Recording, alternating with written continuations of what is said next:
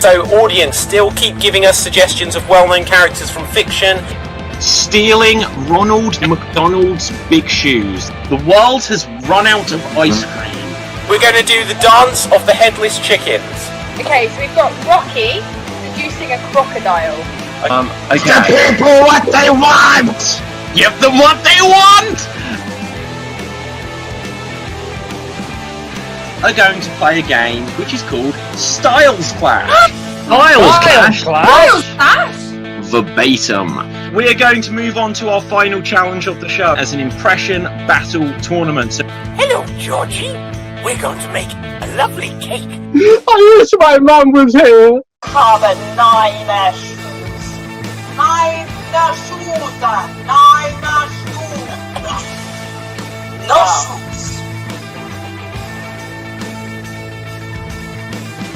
Right, now we just have to go back to the future. That's why I tell everyone to eat my shorts. Oompa loompa doopa-dee-dee. If you are wise, you'll go out with me. Yeah, I'm Mary Poppins. Give me super califragilistic XP karaoke dotion.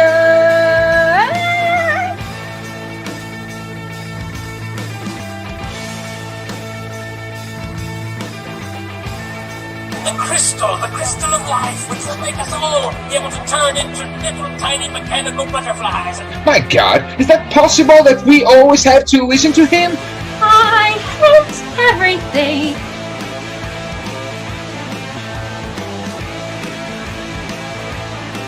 No! But George is my friend! You don't have any friends! Ah! There you go. I did a little picture of us all earlier. I was doodling a little bit. Like a virgin! Oh, I love the U-bend. I like to get my hands inside the pipe. I've ways to tickle you to death. Continue this as Cockney Gerbils. Extreme Improv XStreamed champion.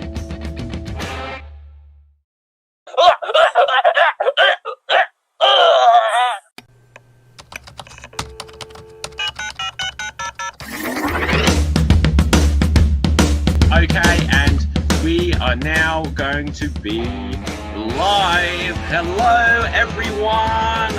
Hello.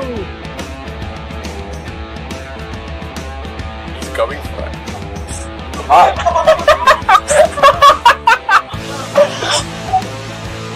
But that basically should be the whole show, shouldn't it? Because we're going to play lots of improv games where we make up scenes, songs and stories based entirely on your suggestions. So Chris, here's what you need to know. We're going to get straight into our first game in a moment, but first of all, for everyone watching, we're going to need lots of suggestions from you throughout the show. Give us lots and lots of suggestions. Give the people what they want! Okay.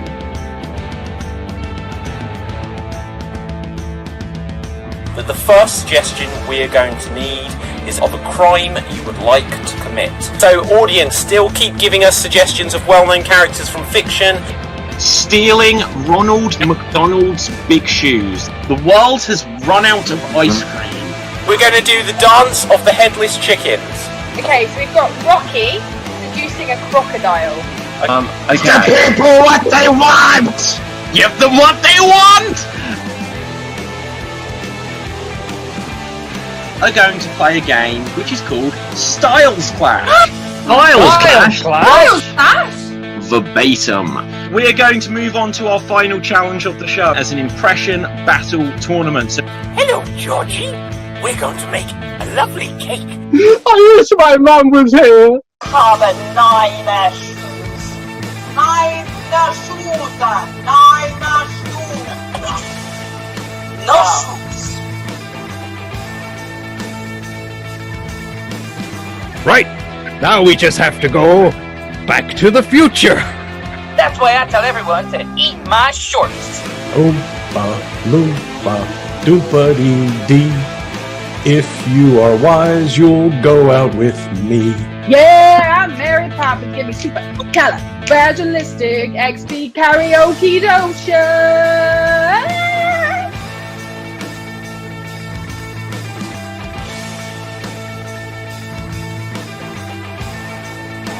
the crystal of life, which will make us all be able to turn into little tiny mechanical butterflies. My God, is that possible that we always have to listen to him? I felt everything.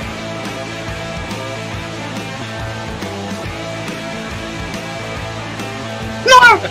But George is my friend! You don't have any friends! Ah! There you go. I did a little picture of us all earlier. I was doodling a little bit.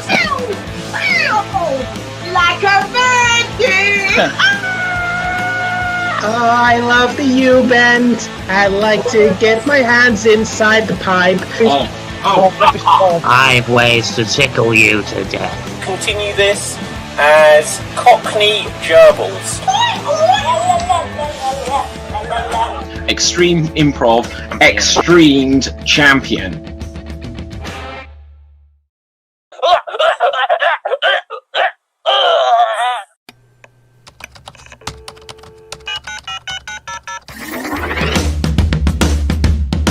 Okay, and we are now going to be live. Hello, everyone. Hello.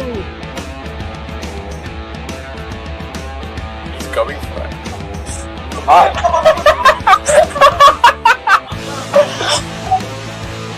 But that basically should be the whole show, shouldn't it? It's because we're going to play lots of improv games where we make up scenes, songs and stories based entirely on your suggestions.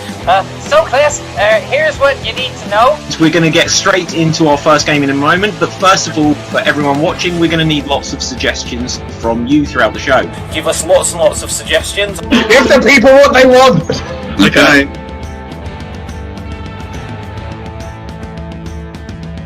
But the first suggestion we're going to need is of a crime you would like to commit.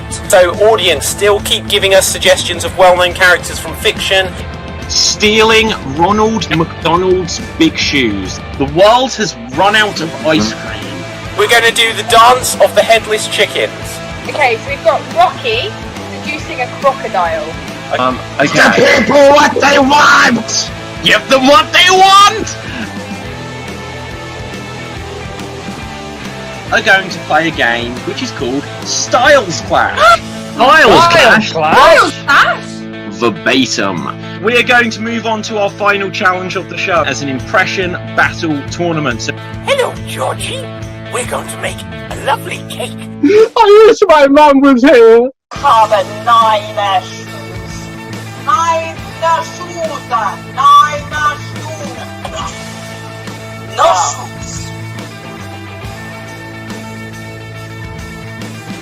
Right, now we just have to go back to the future. That's why I tell everyone to eat my shorts. Oompa loompa doopa-dee-dee. If you are wise, you'll go out with me. Yeah, I'm Mary Poppins. Give me super color. Fragilistic XP karaoke notion.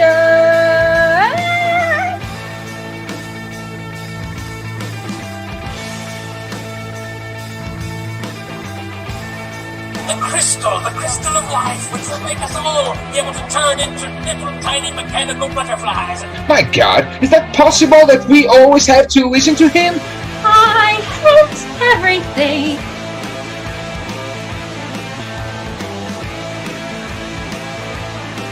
No! But George is my friend! You don't have any friends! Ah! there you go. I did a little picture of us all earlier. I was doodling a little bit. Like a virgin! Oh, I love the U-bend. I like to get my hands inside the pipe. I've ways to tickle you to death. Continue this as Cockney Gerbils. Extreme Improv XStreamed champion.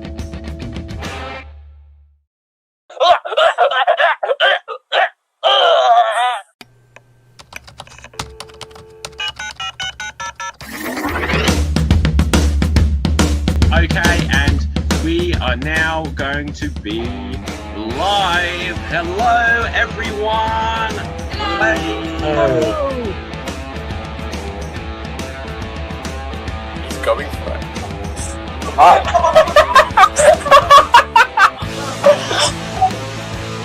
But that basically should be the whole show, shouldn't it? Because we're going to play lots of improv games where we make up scenes, songs and stories based entirely on your suggestions.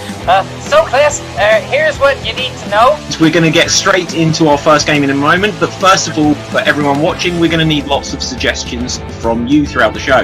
Give us lots and lots of suggestions. Give the people what they want! Okay.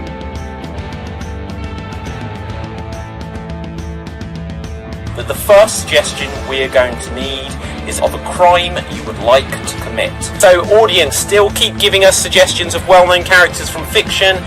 Stealing Ronald McDonald's big shoes. The world has run out of ice cream. We're going to do the dance of the headless chickens. Okay, so we've got Rocky seducing a crocodile. Okay. The people what they want! Give them what they want! Are going to play a game which is called Styles Clash. Styles Clash? Verbatim. We are going to move on to our final challenge of the show as an impression battle tournament. So Hello, Georgie. We're going to make a lovely cake. I wish my mum was here! Have a nine shoes. Nine shoes. Nine shoes. No shoes.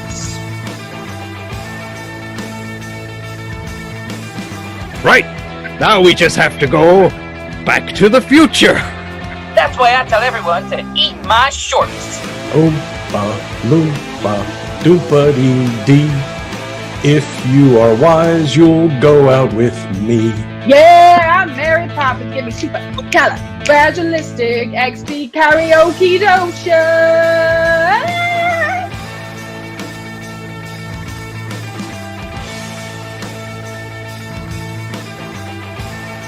The crystal of life, which will make us all be able to turn into little tiny mechanical butterflies. My god, is that possible that we always have to listen to him?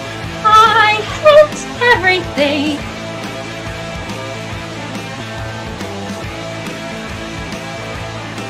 No! But George is my friend! You don't have any friends! Ah! there you go. I did a little picture of us all earlier. Doodling a little bit. Like a virgin.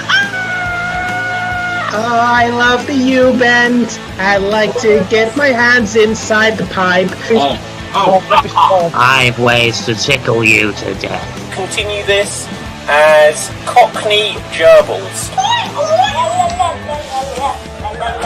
Extreme Improv XStreamed champion.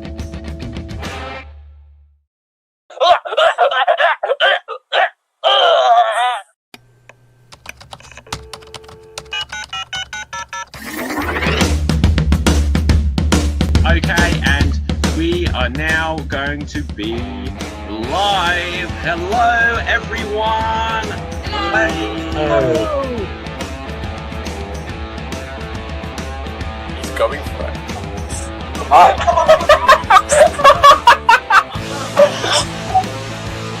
But that basically should be the whole show, shouldn't it? Because we're going to play lots of improv games where we make up scenes, songs and stories based entirely on your suggestions. So class, here's what you need to know. We're going to get straight into our first game in a moment, but first of all, for everyone watching, we're going to need lots of suggestions from you throughout the show. Give us lots and lots of suggestions. Give the people what they want! Okay.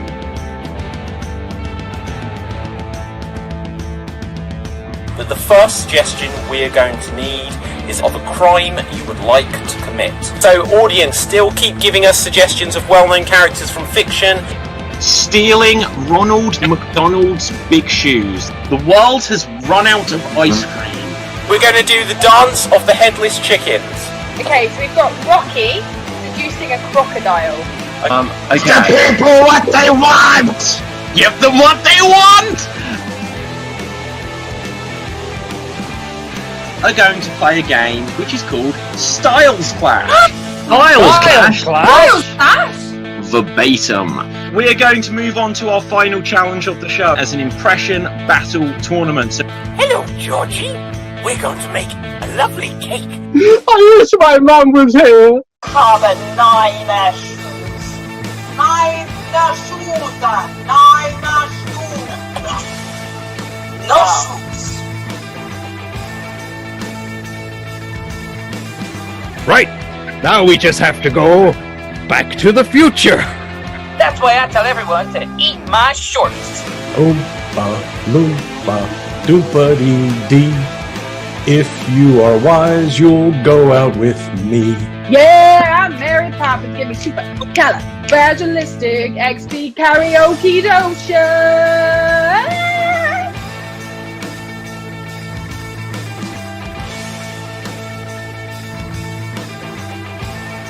The crystal of life, which will make us all be able to turn into little tiny mechanical butterflies. My God, is that possible that we always have to listen to him? I hate everything.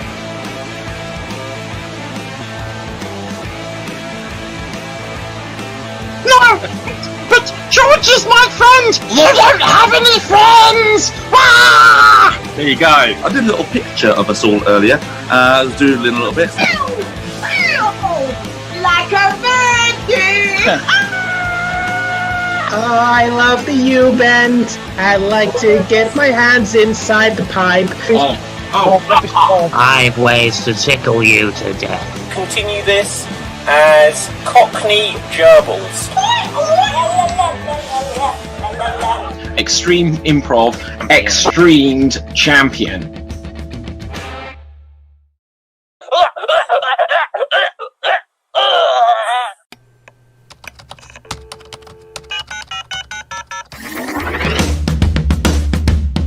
Okay, and we are now going to be live. Hello, everyone. Hello. He's going for it.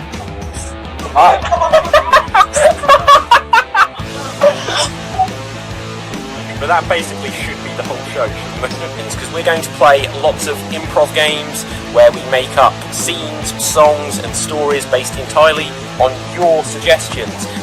So Chris, here's what you need to know. We're going to get straight into our first game in a moment, but first of all, for everyone watching, we're going to need lots of suggestions from you throughout the show. Give us lots and lots of suggestions. Give the people what they want!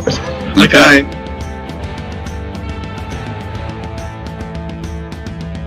But the first suggestion we're going to need is of a crime you would like to commit. So audience, still keep giving us suggestions of well-known characters from fiction. Stealing Ronald McDonald's big shoes. The world has run out of ice cream. We're going to do the dance of the headless chickens. Okay, so we've got Rocky seducing a crocodile. Okay. The people what they want!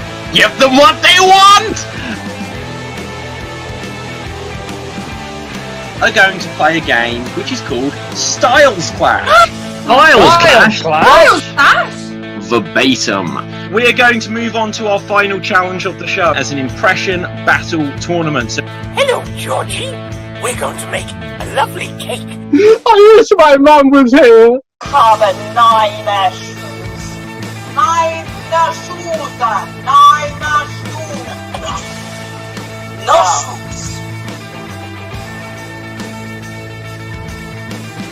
Right. Now we just have to go back to the future. That's why I tell everyone to eat my shorts. Oompa loompa doompa dee. If you are wise, you'll go out with me. Yeah, I'm Mary Poppins. Give me super fragilistic XP karaoke dosha.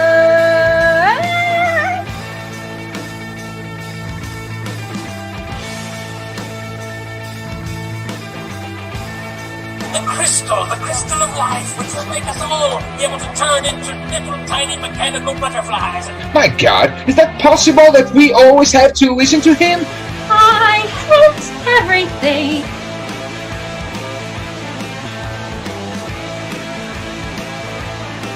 No! But George is my friend! You don't have any friends! Ah! There you go. I did a little picture of us all earlier. I was doodling a little bit. Like a virgin! Oh, I love the U-bend. I like to get my hands inside the pipe. I've ways to tickle you to death. Continue this as Cockney Gerbils. Extreme Improv XStreamed champion.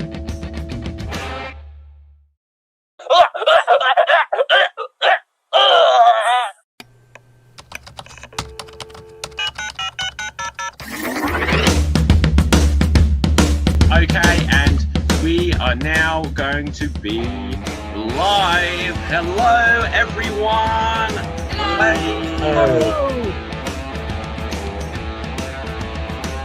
He's going for it.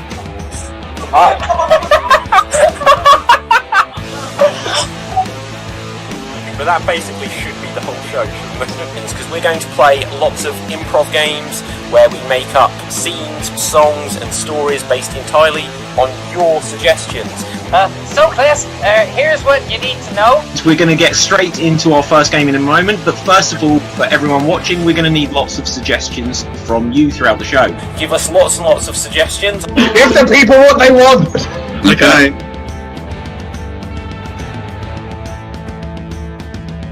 But the first suggestion we're going to need is of a crime you would like to commit. So audience, still keep giving us suggestions of well-known characters from fiction. Stealing Ronald McDonald's big shoes. The world has run out of ice cream. We're going to do the dance of the headless chickens. Okay, so we've got Rocky seducing a crocodile. Okay. The people what they want! Give them what they want! Are going to play a game which is called Styles Clash. Styles Clash? Verbatim. We are going to move on to our final challenge of the show as an impression battle tournament. So Hello, Georgie. We're going to make a lovely cake. I wish my mum was here. Have a nine shoes. Nine shoes. Nine shoes. No shoes.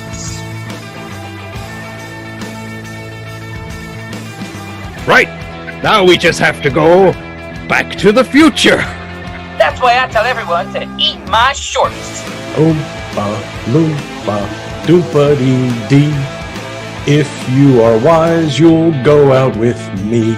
Yeah, I'm Mary Poppins. Give me super califragilistic XP karaoke dotion.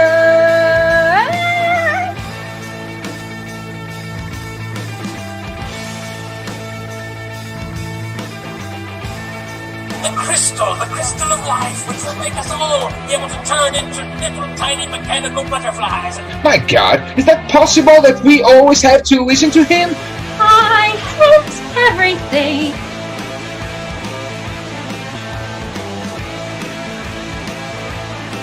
No! But George is my friend! You don't have any friends! Ah! there you go. I did a little picture of us all earlier. I was doodling a little bit. Like a virgin! Oh, I love the U-bend. I like to get my hands inside the pipe. I've ways to tickle you to death. Continue this as Cockney Gerbils. Extreme Improv XStreamed champion.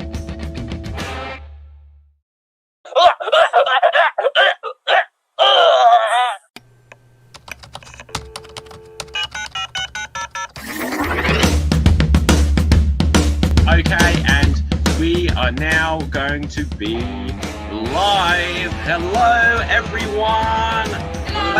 Hello.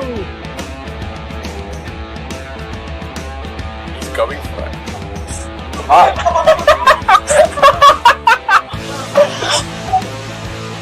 But that basically should be the whole show, shouldn't it? Because we're going to play lots of improv games where we make up scenes, songs and stories based entirely on your suggestions. So Chris, here's what you need to know. We're going to get straight into our first game in a moment, but first of all, for everyone watching, we're going to need lots of suggestions from you throughout the show. Give us lots and lots of suggestions. Give the people what they want.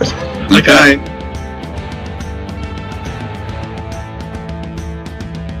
But the first suggestion we're going to need is of a crime you would like to commit. So audience, still keep giving us suggestions of well-known characters from fiction. Stealing Ronald McDonald's big shoes. The world has run out of ice cream. We're going to do the dance of the headless chickens. Okay, so we've got Rocky seducing a crocodile. Okay. The people what they want. Give them what they want!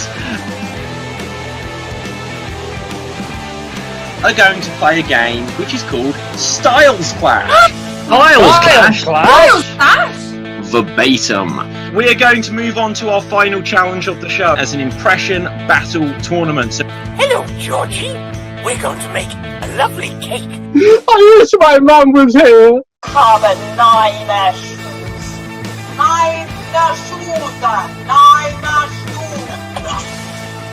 No shoes. Right, now we just have to go back to the future. That's why I tell everyone to eat my shorts. Oompa loompa doopa dee. If you are wise, you'll go out with me. Yeah, I'm Mary Poppins. Give me super califragilistic XP karaoke dosha.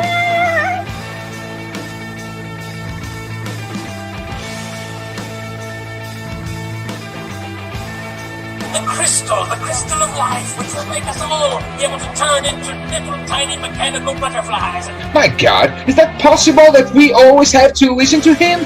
I hate everything.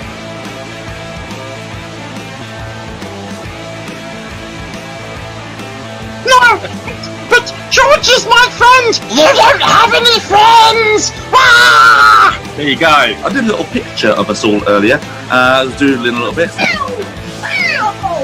Like a virgin!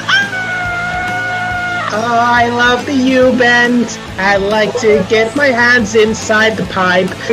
I have ways to tickle you to death. Continue this as Cockney Gerbils. Extreme Improv XStreamed champion.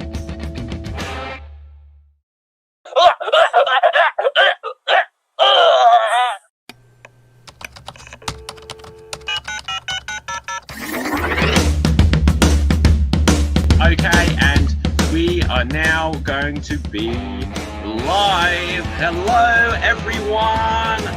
Hello. He's going for it.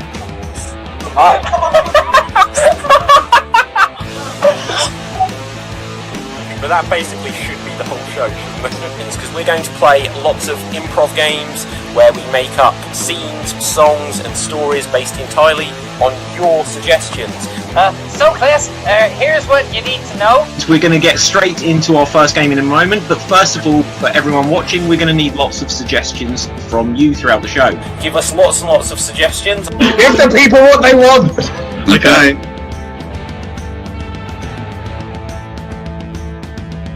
But the first suggestion we're going to need is of a crime you would like to commit. So audience, still keep giving us suggestions of well-known characters from fiction. Stealing Ronald McDonald's big shoes. The world has run out of ice cream. We're going to do the dance of the headless chickens.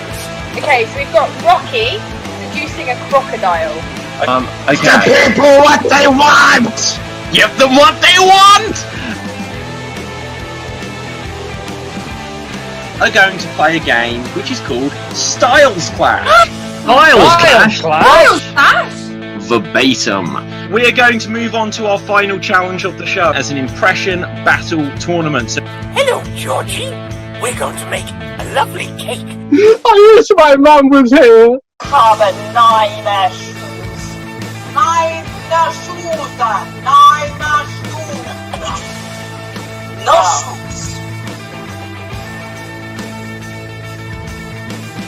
Right. Now we just have to go back to the future. That's why I tell everyone to eat my shorts. Oompa loompa doompa-dee-dee. If you are wise, you'll go out with me. Yeah, I'm Mary Poppins. Give me super califragilistic XD karaoke dotion.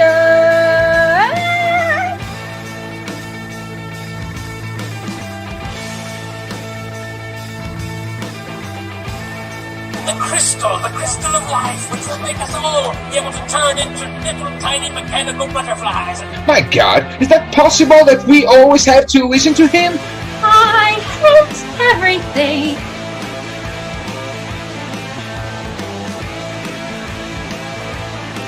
No! But George is my friend! You don't have any friends! Ah! There you go. I did a little picture of us all earlier. I was doodling a little bit. Like a virgin! Oh, I love the U-bend. I like to get my hands inside the pipe. I've ways to tickle you to death. Continue this as Cockney Gerbils. Extreme Improv XStreamed champion.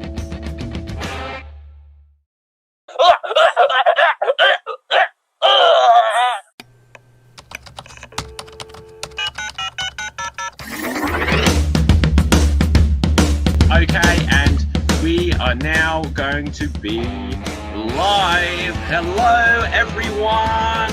Hello. He's going for it.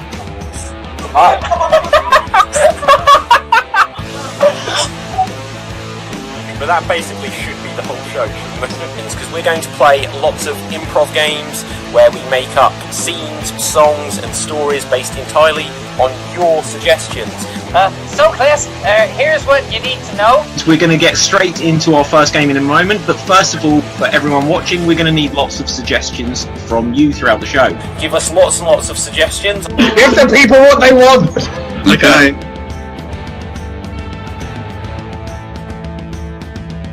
But the first suggestion we're going to need is of a crime you would like to commit. So audience, still keep giving us suggestions of well-known characters from fiction.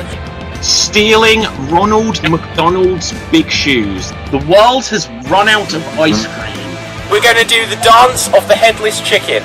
Okay, so we've got Rocky seducing a crocodile. Okay. The people what they want! Give them what they want! Are going to play a game which is called Styles Clash.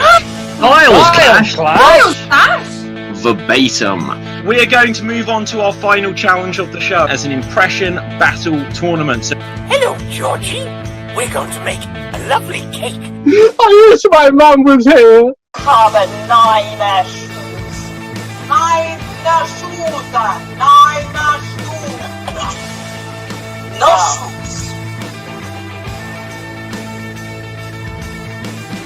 Right. Now we just have to go back to the future. That's why I tell everyone to eat my shorts.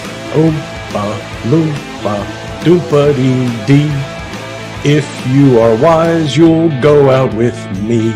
Yeah, I'm Mary Poppins. Give me super califragilistic XD karaoke dotion.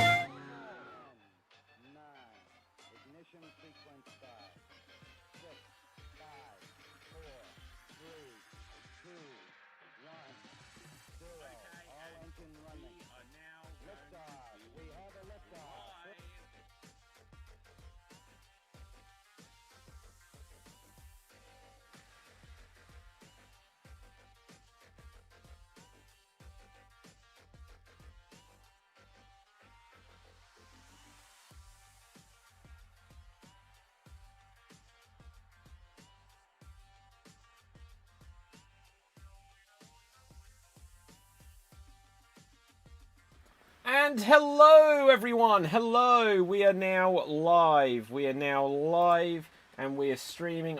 Guys, shout so I know if we can be heard. Hey. Yes, you can be heard, I can be heard, Everything is right in the world. So, welcome everyone out there in internet land to Extreme Improv XStreamed. My name is David Postansky, and we have lots of performers joining us on the show today. Before we meet them, I just want to remind everyone watching out there in internet land to check the suggestion box down below. And we need a suggestion of a famous movie. We need a suggestion of a famous movie before we get going here. So, whilst you're typing those into the comments, I am just going to start meeting the other cast members. So first of all, we have Alan. Say hello. Hello everyone, I'm Alan, and as you can tell from the extreme bouffant going on today, I've had an afternoon nap and it was lovely. Amazing. Ruth, say hello. Hi, it's Ruth here, and as you can tell from my hair, I've been in lockdown. I want a haircut. Okay, Adam, say hello. Hello everyone, how are we all doing? Been a while since I've done one of these, so I'm super excited, and as you can tell from my hair, very similarly, been in lockdown and had a partial nap earlier. Yeah, as you can tell from my hair, I shaved my head and it's only just starting to grow back. Asad, say hello. Hello everybody, it's time to get extreme. Woo! Love it. Mike, say hello. Buddy, Mike from Barcelona. I've done it myself today. Look at this, nearly gone. Amazing. JJ, say hello.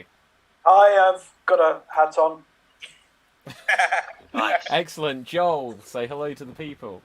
Hello everyone, I'm Joel, and as you can tell from my hair and the fact that I'm in bed, lockdown is going really well. Amazing.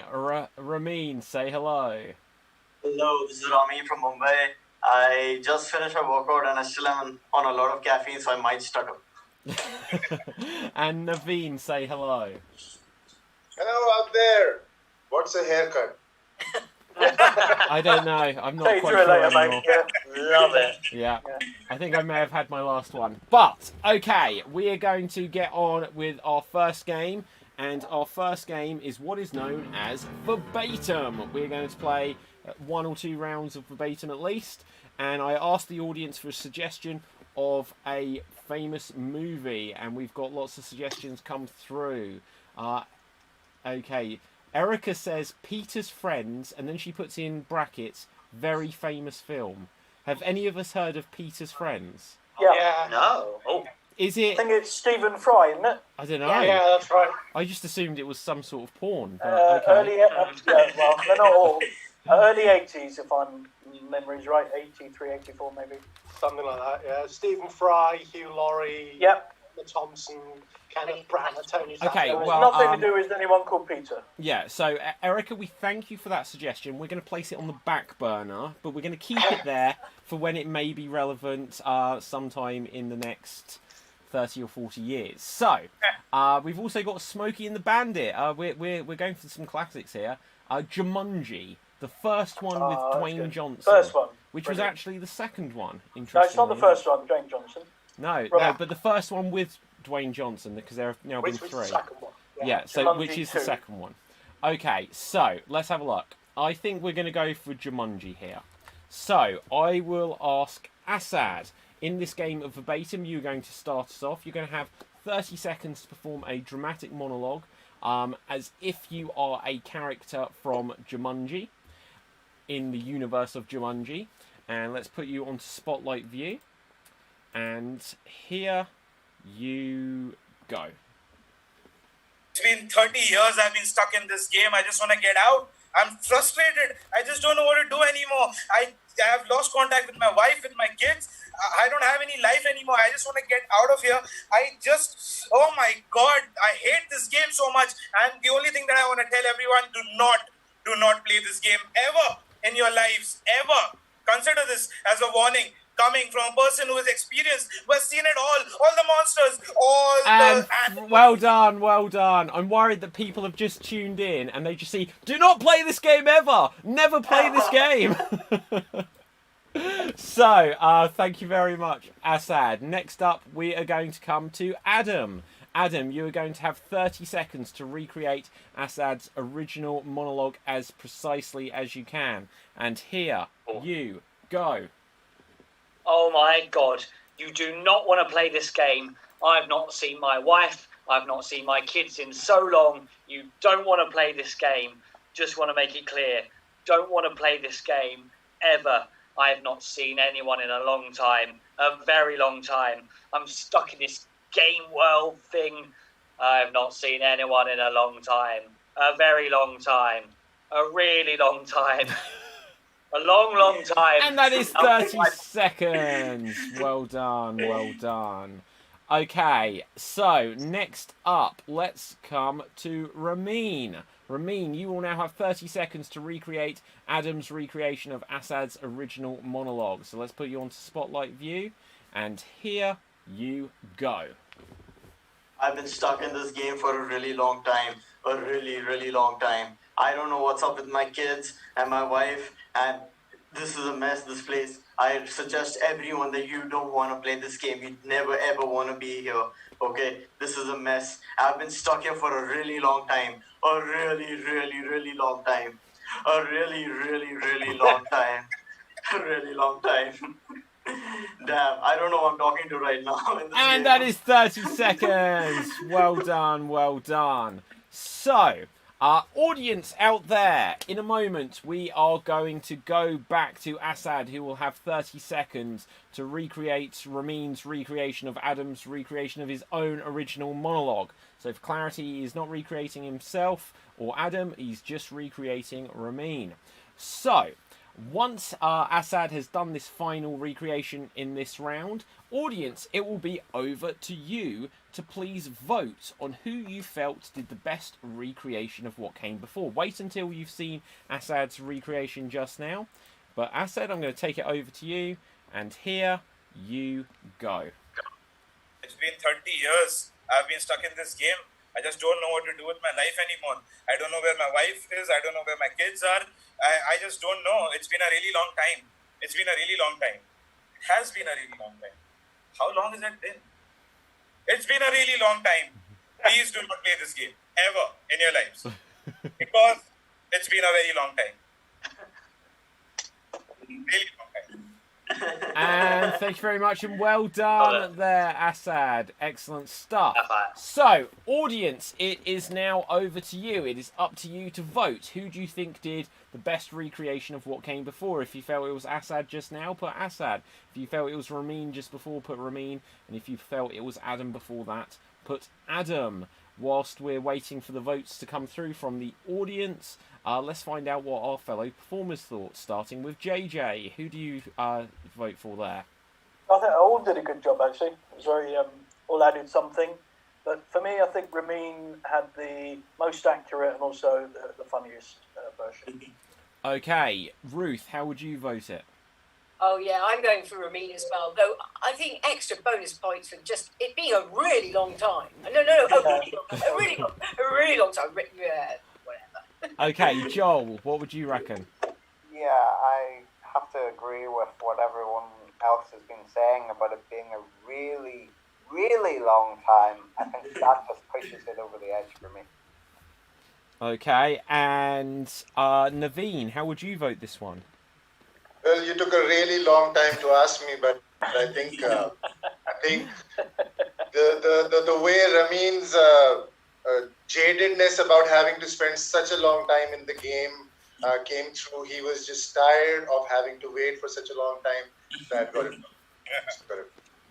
Okay, Mad Mike, we'll give it a couple more seconds. We don't need to ask everyone as long as we've got enough votes coming through. But Mad Mike, how would you vote it? Was it the game Jemina or Groundhog Day? I don't know. I mean, it was such a long time. We've been round and round, so you have my vote. Okay, and Alan, last one. What do you reckon? Well, I mean, it's really shown to the audience that if you don't know what you're saying, 30 seconds really does feel like quite a while on our end, doesn't it? Quite a long time. Yeah, exactly. Yeah, I mean, what I loved was Assad's original choice. That you know, in a film where he could be Dwayne Johnson or Jack Black or Karen Gillan, he chose to be Colin Hanks, which is really quite. So I want to give it to Assad just for that. Okay, let's go over to the votes. We've got several votes coming through. We've got that Sam on Facebook has voted for Ramin. Daniel O'George has said that I'm voting for Ramin for this one. Erica votes for Ramin and make it 3. Janie votes for Ramin and makes it 4. We've got a vote on YouTube for Adam, which makes it 1. Alright. 1 for Assad, 2 for Assad. I think a 6th one there for Ramin, and I think I'm willing to call it Ramin. You won this round. Well done, well done. So we are going to do another one of these. We are going to play another game of Verbatim, and we're going to use a few more of these suggestions. But before we do that, audience, I'm just going to tell you that in the suggestion box now, can you please put a suggestion of a place of work? A place of work, because we will be using it shortly. But for now, we're going to choose another one of the suggestions. There's someone with a rude name that's put something that's kind of funny but also quite inappropriate. I won't read it out loud, but you know who you are out there. Channel. Sorry?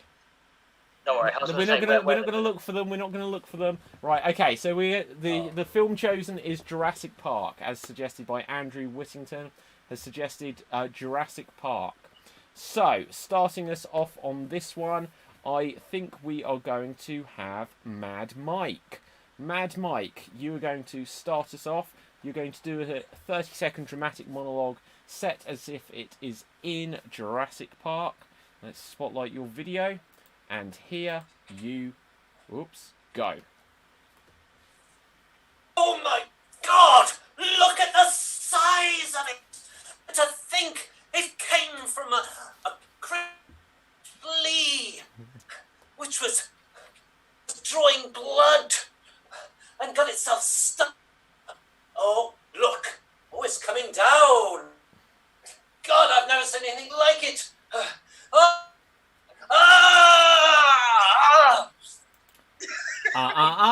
for your life! If anyone gets that, then well done to them. But otherwise, that is 30 seconds, Mad Mike. Did anyone get that? No. Well, watch Jurassic Park then. Right, anyway, so what I will say is next up we are going to come to Joel. Joel, you have 30 seconds to recreate Mad Mike's original monologue. Someone in the audience tell me they understood my joke there. Right, anyway, so Joel, you will now have 30 seconds to recreate Mad Mike, and here you go. Oh my God, look at the dinosaurs. Oh, there's so many of them, they're coming to get me. Oh, to think they all came down from little mosquitoes that were in the net, in the trees, and they were sucking the blood, and they sucked up the DNA, and that's how we were able to clone them. And we fought so long that we could do it, we never fought whether we should do it. That's us scientists. And now look at us, all the dinosaurs. And that is 30 seconds. Well done there, Joel. So we're going to take this on another step, and we're going to come to Naveen. Naveen, you are going to have 30 seconds to recreate Joel's recreation of who started this? Mad Mike's. Everyone on the screen is moving, and I can't find who I'm looking for. Naveen, there you are. Right. Okay, so I've spotlighted your video. You're going to have 30 seconds, and here you go. Oh, look at that. We've seen those. Those are the mosquitoes. They're coming down. They're sucking the blood. They sucked the blood and the DNA, and then they sucked it. And oh no, my God. Can we please save ourselves, not these dinosaurs? Oh,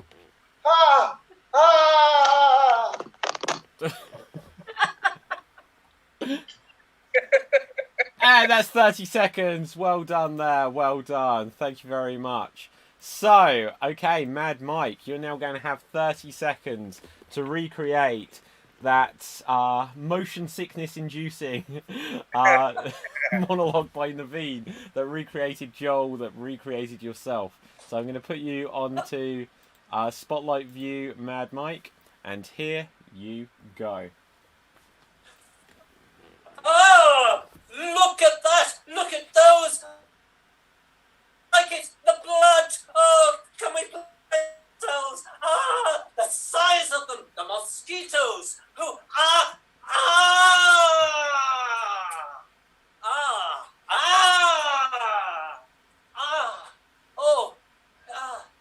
30 seconds. Oh! And that is 30 seconds. Well done there, Mad Mike. Mad Mike, what kind of camera do you have there?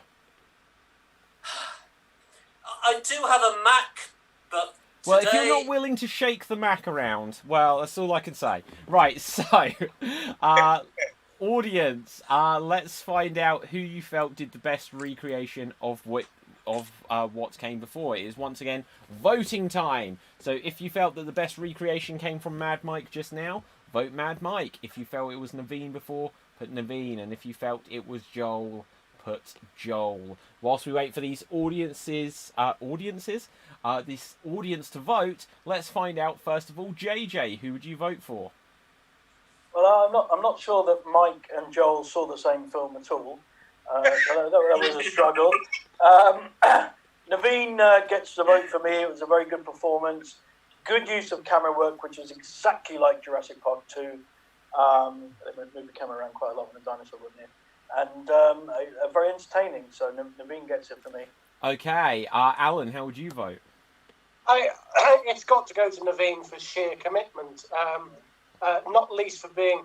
he was supposedly copying Joel's performance, and Joel's performance was 100% horizontal and sounded extremely relaxed the entire... Oh, shit, it's a dinosaur. Whatever. So, yeah, Naveen, I think. Okay, Assad, how would you vote? So I'm going to vote for Naveen as well. The whole recreation was on point. But I was really worried about Mike there, in the second round. I was like, what's going to happen to him? I was really scared for him. Okay. Adam, how would you vote this? Well, first I want to say everyone did an awesome job on that. I thought it was really cool.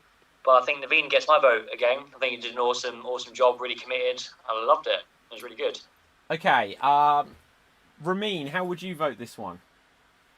I would say the most entertaining was Naveen for sure, but on the recreation part, I would give it to Mike. What? I believe that he did the What? best recreation.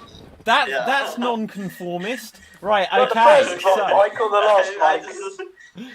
I know. Right, so Ruth, last but not least, how would you vote this one? Well, strangely, yes, I was going to go for Mike's recreation, even though he kept cutting out my end, where it kept jumping a bit. But, I thought that was instead of shaking a camera. I liked it. Thank you, Mike. Yeah, I think I'm going to vote for you, Joel. No, I'm joking. I vote for Naveen. No, I'm joking as well. Right, so, okay, let's see how many votes Naveen got. So, right, basically, we've learned that all you need to do is shake your camera and you'll win. So, Naveen, you have got... Oh, hang on, there are votes coming through. Check this out. So, Samuel George has said Naveen. George. Erica Leah on YouTube has said Mad Mike. Rose Nico says Joel. So, everyone's got one vote each. But here come the Naveen votes. So, Daniel George says Naveen said the magic word, so I'm voting for him. Not Naveen George. Right. It's not Naveen George. Right, okay, but what was the magic word? Okay. George. No, not that. Okay, Max says Naveen. Andrew says Naveen. Janie says Naveen on Twitch. Max... Yeah. Okay, we've moved on to suggestions now. People Naveen, out there. You have won overwhelmingly. But we will do one last one of these just so that everyone has had a go. And we are going to start on this round with Alan. But I forget what I'd asked for before. Let's ask for a few more places of work. So, Alan, you are going to start this.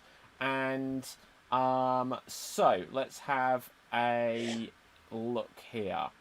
One more movie for this to be based around. And I think we are going to go for the Rugrats movie. How random is that? Do you know Rugrats, Alan? No. Okay, in that case, even better, we're going to go for Footloose. You must know Footloose. No, that's a girl's film. I've never seen Footloose. Okay, it's a dancey film. It's got Kevin Bacon in. You're going to have to do your best here. Can I just do my sexist bit for 30 seconds? Don't worry, Alan's about to do his. So, anyway, right. So, Footloose. Alan, you are Kevin Bacon in Footloose, and it's about dancing. That's as much as I can do to help you. Right, you must have heard the song. So, anyway, 30 seconds, Footloose, and here you go. I can't find my Sunday shoes anywhere. I don't know how I'm supposed to get the dance without my Sunday shoes. Frankly, I'm looking forward to being invisible so I can molest Rona Mitra, because that's going to be much more fun than this. And for that matter, Wild Things, where I get to shoot Denise Richards, because we've all wanted to do that at some point or another as well. This is one of the worst films in my entire back catalogue. But while I've got you, can I talk to you about the benefits of being on the EE network? And that is 30 seconds. Well done. Excellent stuff. I knew you'd pull it out of the bag there. So, okay, Alan, you went, and who hasn't gone? Ruth. You will go next, Ruth. And JJ. So, Ruth and JJ. So, Ruth, you will be up first. Go for JJ. Go for Ruth. Well, Okay. After the sexism earlier, we'll say ladies first, although that now may be sexism these days, I'm not sure. So, okay, Ruth, you will have 30 seconds to recreate Alan's original monologue, and here you go. Oh, right. Oh, God, where are my Sunday shoes? I can't go anywhere without my Sunday shoes. I can't go to the dance without my Sunday shoes. And what am I going to do? Because how am I going to meet... well, I want to see Denise Richards in that other film, but I can't remember what it was then. There was another film and somebody else as well, but I don't know. And you could find me anywhere on the E network. That's where to go, but I can't even dance. I haven't got my shoes. I can't even dance. That's true. Look, I haven't even got any shoes on. And that is 30 seconds. Well done there, Ruth. Fantastic. So next up, we are going to come to JJ. And here... Oh, hang on a second, guys. I've just got something to check. No, I'll check in a moment. JJ, here you go. I mean, I haven't even got my Sunday shoes, and I'm meant to dance. I just don't know. I'm not going to quote people from other films that sound really clever, like Alan, but except I don't actually know who they were and what film they were from. But I'm going to go dancing soon, but I haven't got my shoes. I don't know where they are. I mean, I could be on the E network rather than the EE network as well, because I didn't hear that bit either. And so I just don't know what to do, really. Okay, that is 30 seconds. Well done there. Well done, JJ.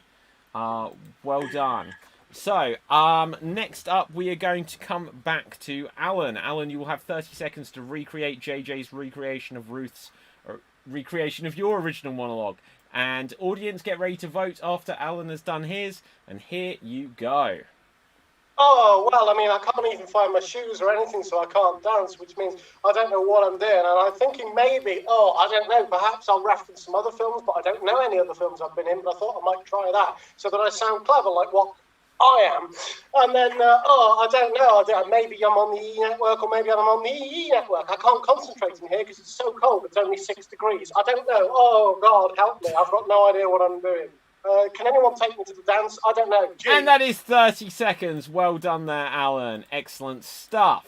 So, audience, it is now up to you to vote. Who do you think did the best recreation of what came before? If you felt it was Alan just now, vote for Alan. If you felt it was JJ before that, put JJ. And if you felt it was Ruth, then vote for Ruth. Before we do that, we're going to find out what our fellow performers thought. And let's have a look. Joel, what do you reckon? I think I would go with JJ this time, just for full-on commitment to the point of at least pretending to faint. Okay, yeah, certainly. Naveen, how would you vote this? I am really torn between Ruth and JJ because Ruth had the exact angst that Alan started with, and then JJ embodied that phrase, I can't even. I love it. Really I'm going to go with Ruth on this one because she had the angst that Alan started off with, like, I don't even have shoes, man. What the hell? Certainly. Okay, Assad, how would you vote? I would vote for Alan because the first monologue that he started with, so not knowing about the film at all, he just decided to go with whatever the hell he wanted to, and that requires some really great effort, so I'm really happy about that. And the original creation that he did for the one that I think think JJ did was, I think it was a little bit on point. So my vote goes for Alan. Okay. Ramin? I would go for Ruth for exactly what Naveen said, the anxiousness, and like even though like she didn't pay attention that much, I think so, but she still did a spot on job, and I just wanted to see her leg go all the way up. She was trying to get the yeah, and that would just be more funny.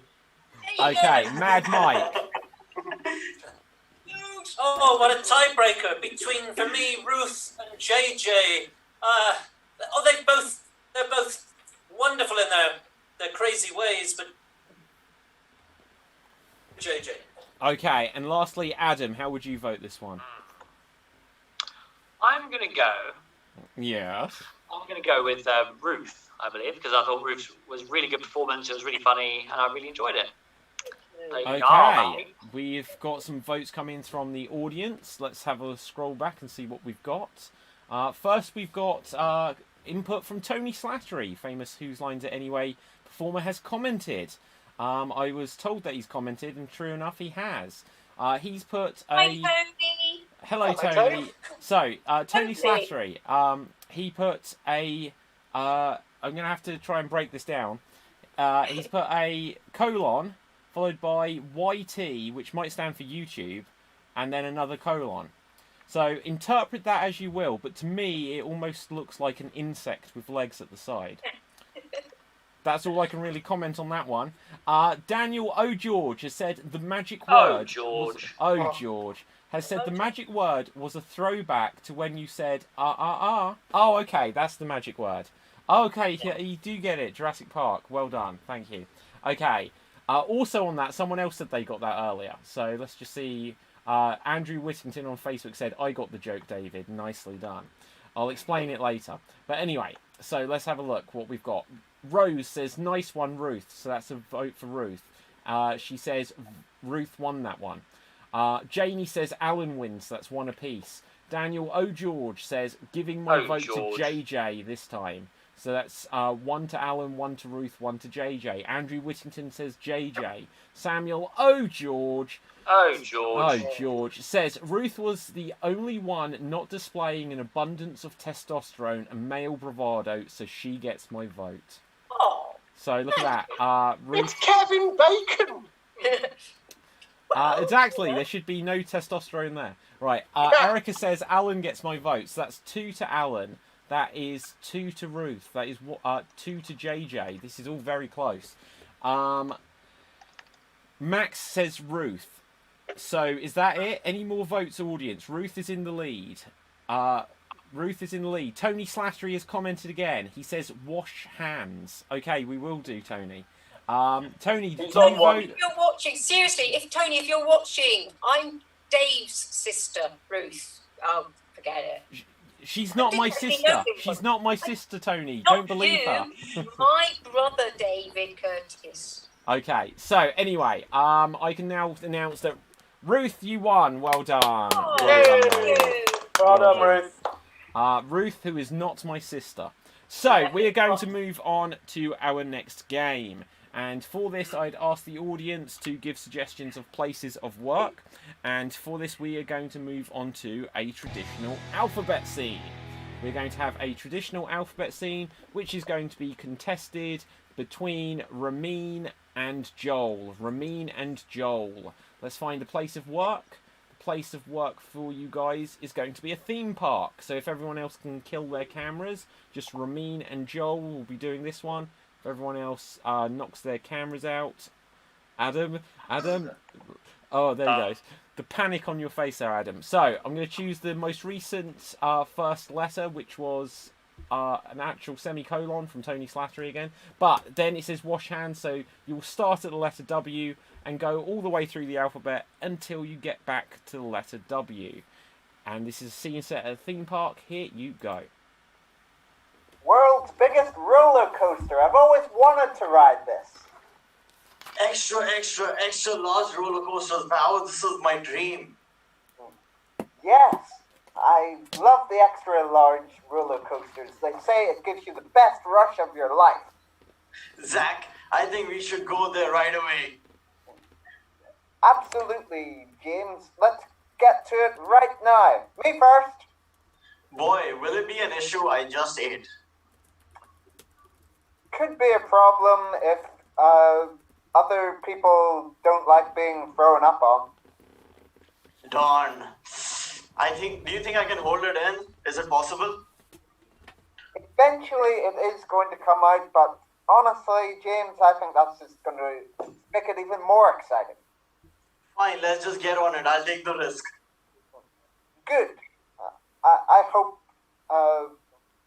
that you throw up really quickly so that everyone else gets annoyed and we can ride it again.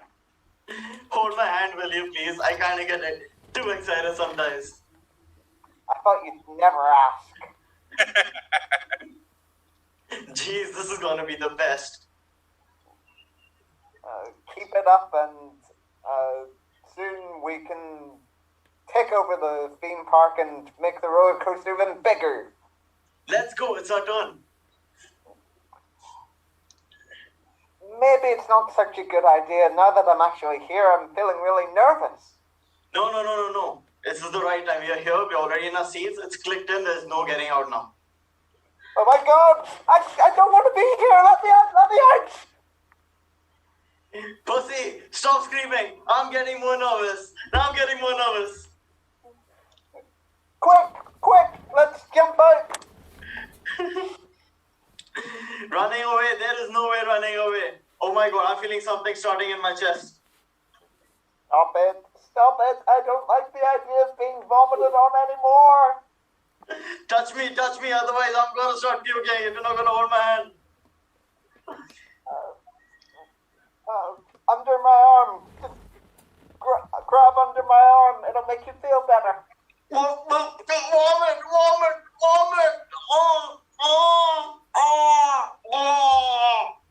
Wow, you weren't really good.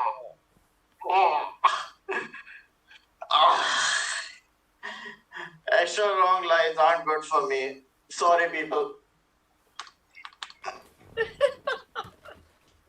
let's Excellent stuff. Well done, guys. Well done. So, we are going to take things on another notch. So, next up, we are going to come to JJ and Alan. You're going to do what is known as a reverse alphabet scene. You're going to do a reverse alphabet scene. So, JJ and Alan, they're now going to attempt to do a alphabet scene where this time, instead of going forwards through the alphabet and getting back to where they started, they will go backwards through the alphabet until they get back to where they started. Now, we're going to find another place of work, as suggested earlier. Let's have a look what we've got.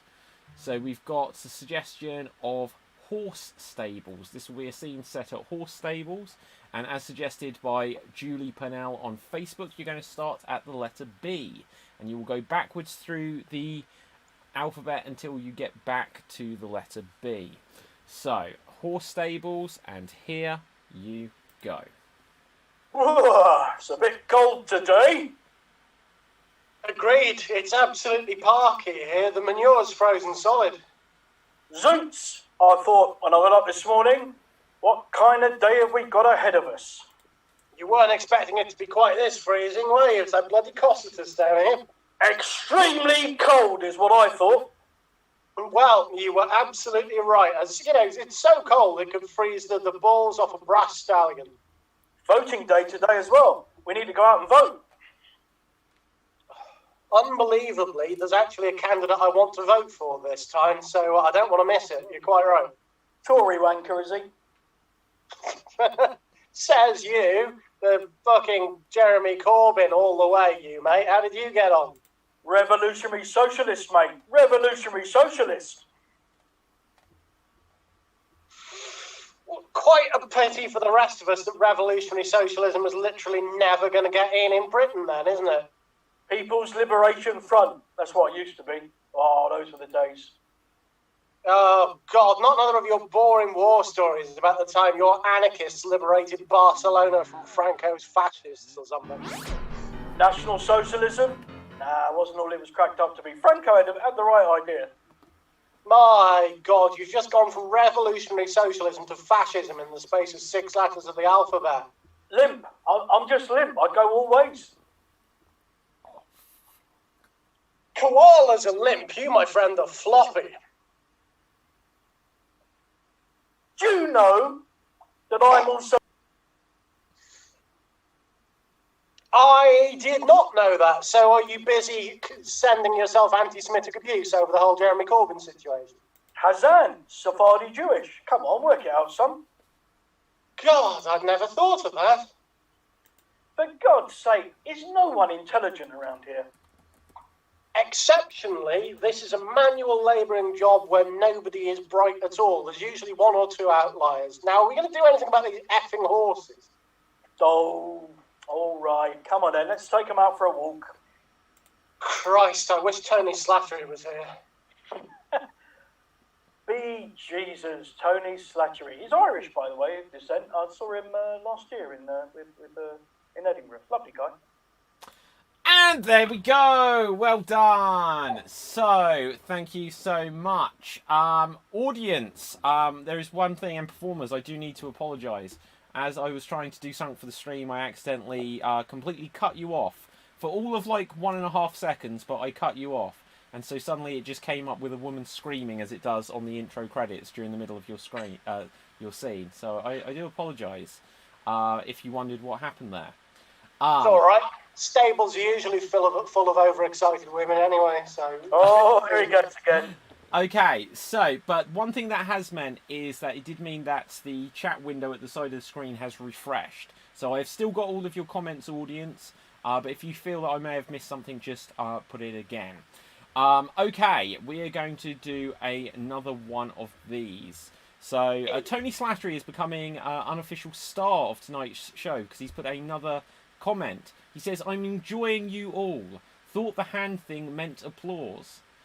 That's a press quote if ever I've got one. "I'm enjoying you all. Thought the hand thing meant applause." So that's Tony Slattery. You're of enough stature that I can use that in my press quotes now. I'll let people interpret it, but I'm joking. Right, but that's a quote. Okay, so but in terms of other quotes, Max Martin says Lady Godiva is in love with Hulk Hogan. What's that meant to mean?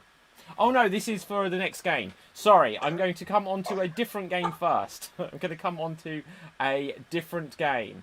So, the next game we're going to go on to is what is known as an extreme monologue. We're going to do an extreme monologue. We're going to do an extreme monologue. And the way this works is everyone's going to have an opportunity to perform an extreme monologue where you're not allowed to repeat any words whatsoever, and you're not also allowed to repeat...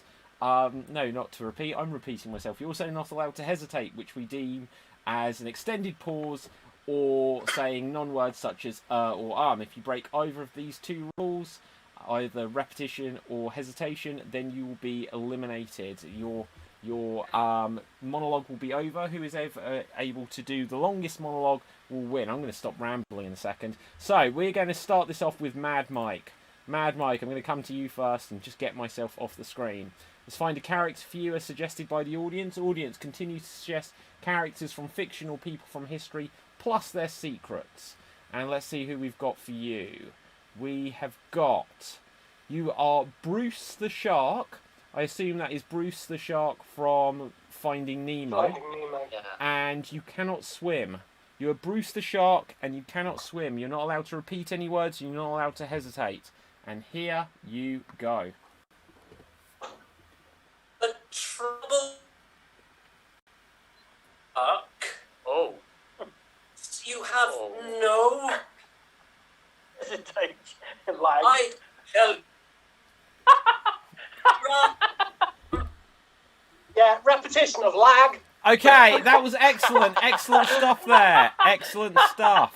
So, I'm going to give you a generous 20 seconds on the clock. We're going to give you the generous time of 20 seconds is the time to beat, Mike. Unfortunately, your lag kicked in just at that moment. So, next, excellent start to this game. Excellent start. Next, we're going to come to Ruth. Let's find a character for you.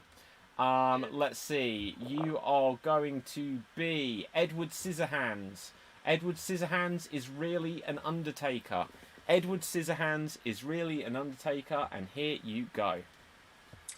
I want to do a really good job, but with these hands, I'm cutting up. Oh, repetition of I at 12 seconds. No, I'm and I are two different things. Incorrect challenge, incorrect challenge. So, that is 12 seconds on the clock, and here you go. These coffins. These hands, these coffins. Okay, repetition of these. So that's 14 seconds, Ruth. 14 seconds. Okay, next up, we're going to come to you, Alan. Let's find a character for you.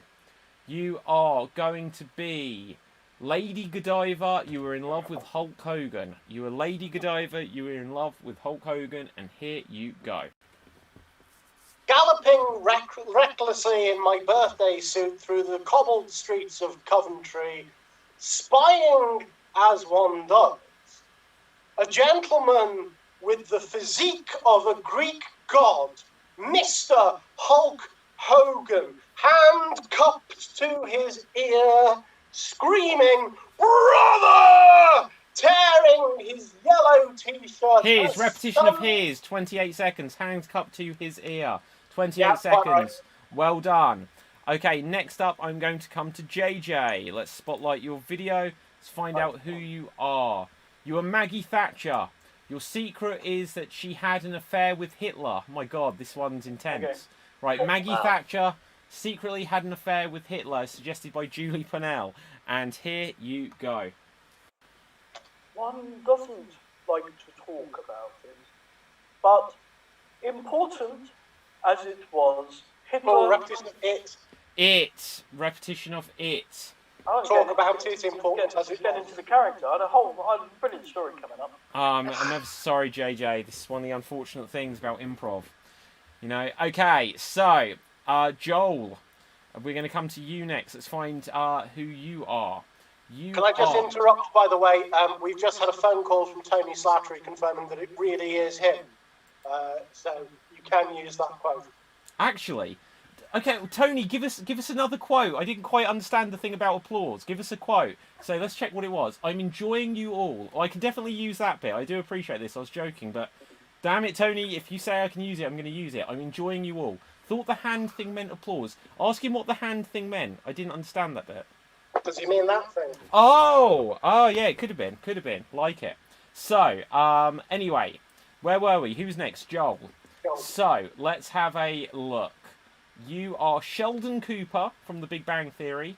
Secretly drinks coffee late at night, as suggested by Samuel O. George. And, George. And here you... Oh, hang on. Go. I'll have you know, drinking coffee at night forces your brain to come up with interesting ideas. For example, discovering the theory of gravity is actually reversed. Amazing. So long people thought it when... Hesitation at 31 seconds. Hesitation. Well done. Well done. Okay, Adam, you are next. Let's find a character for you. You are going to be Ross from Friends, has 6 toes on 1 foot. You are Ross from Friends. You have 6 toes on 1 foot. And here you go. Oh my God. How has this happened? 6 toes.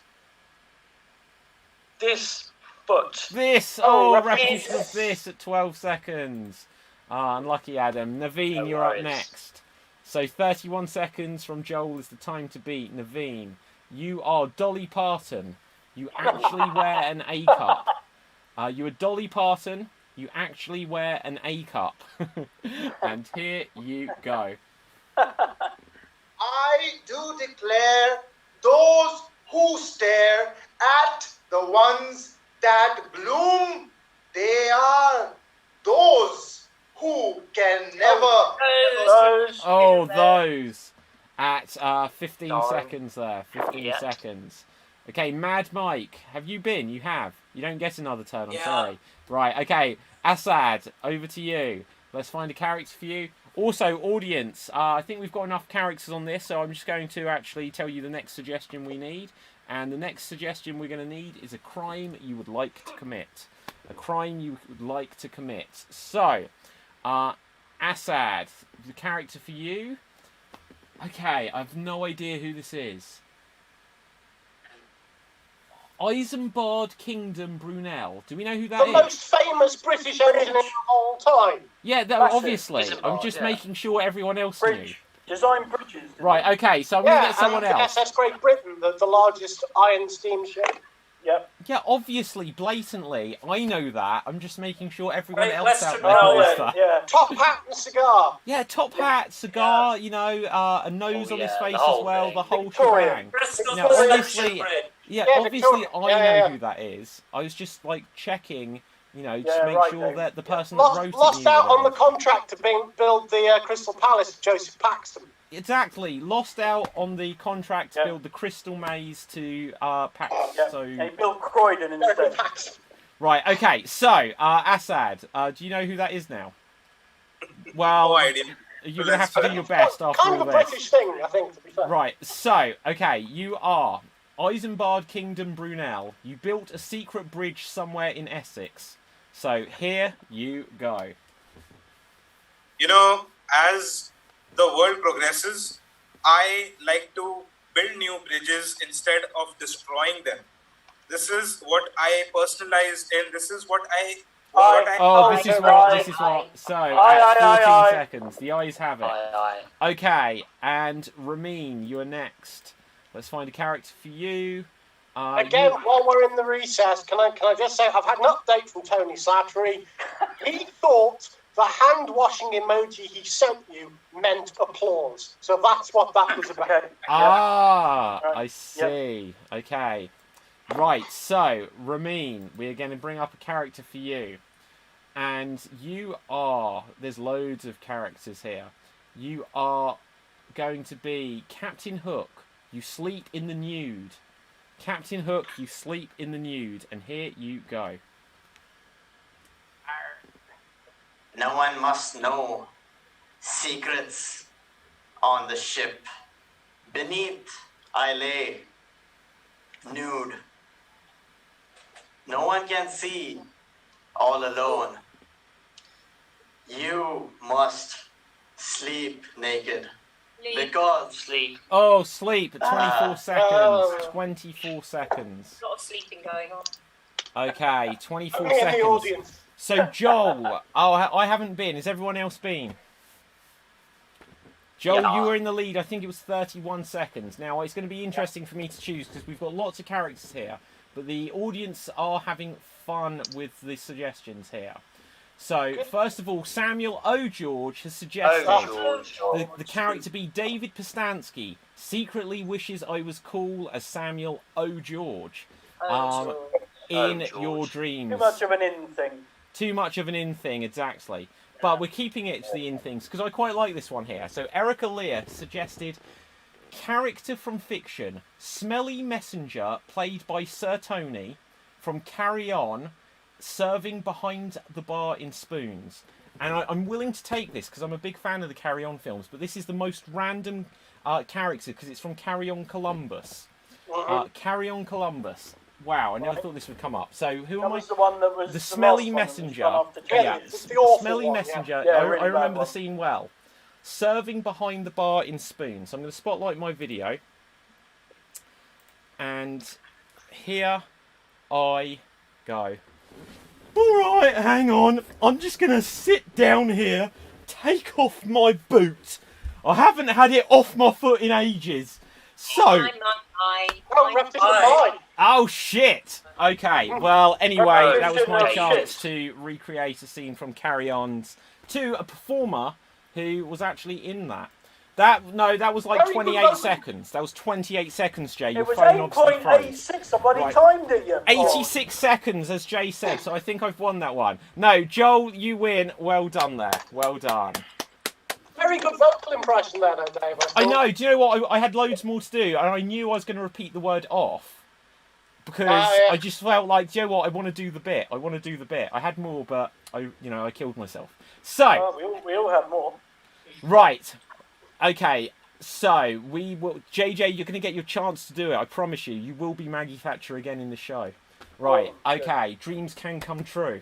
Right, so we're going to move on to our next game, which is known as Single Syllable Showdown. There will be two performers in this scene at any one time.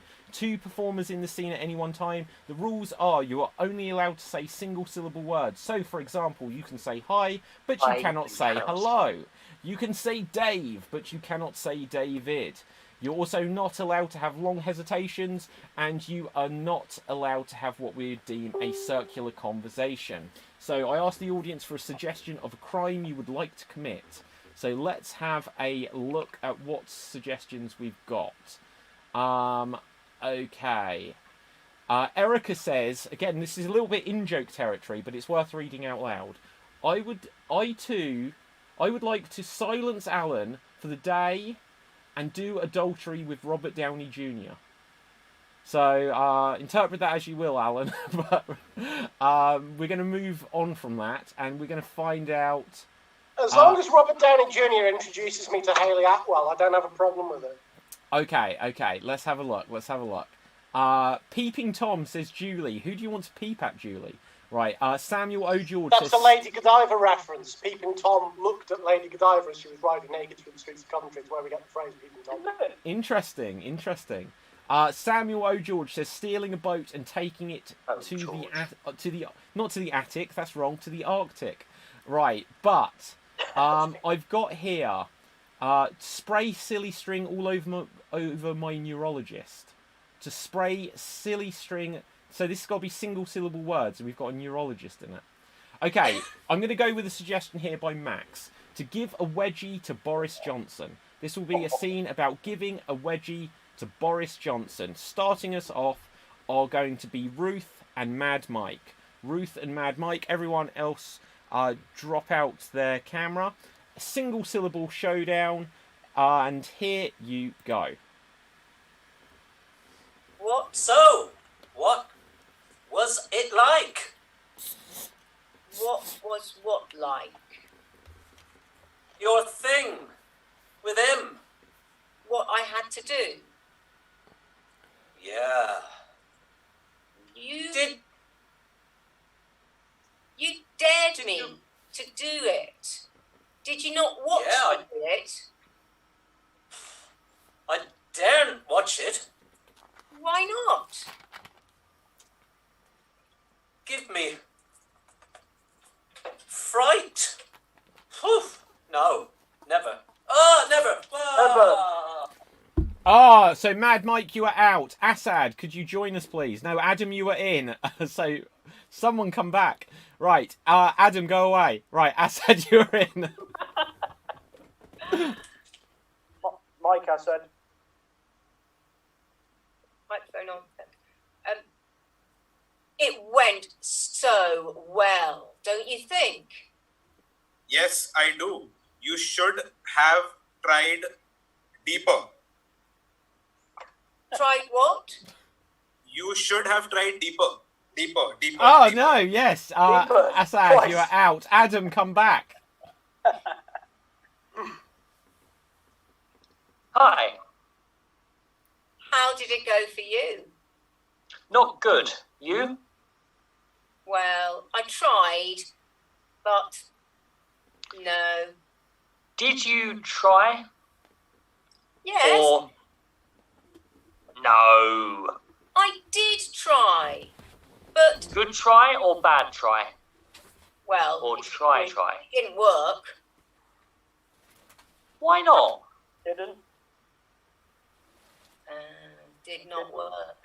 Did not work, yeah. Oh, Ruth, that's too much hesitation there. You're out. So, Yes. Right, next up, Naveen, could you join?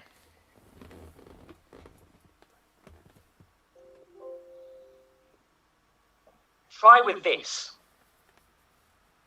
I don't want to. Why not?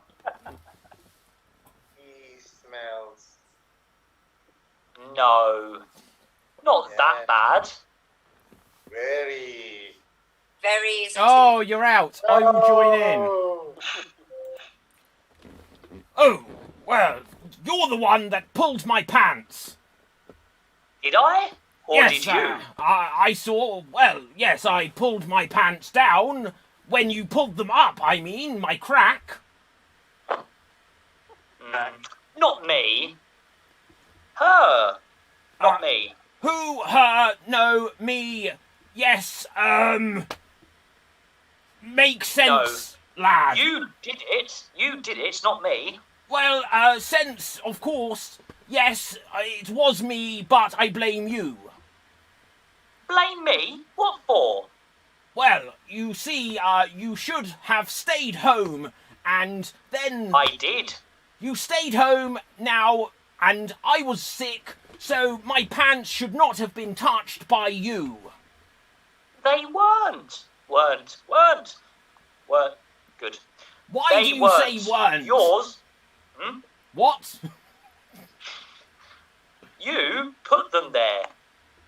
Yes, 'cause the peeps of the UK liked it that way.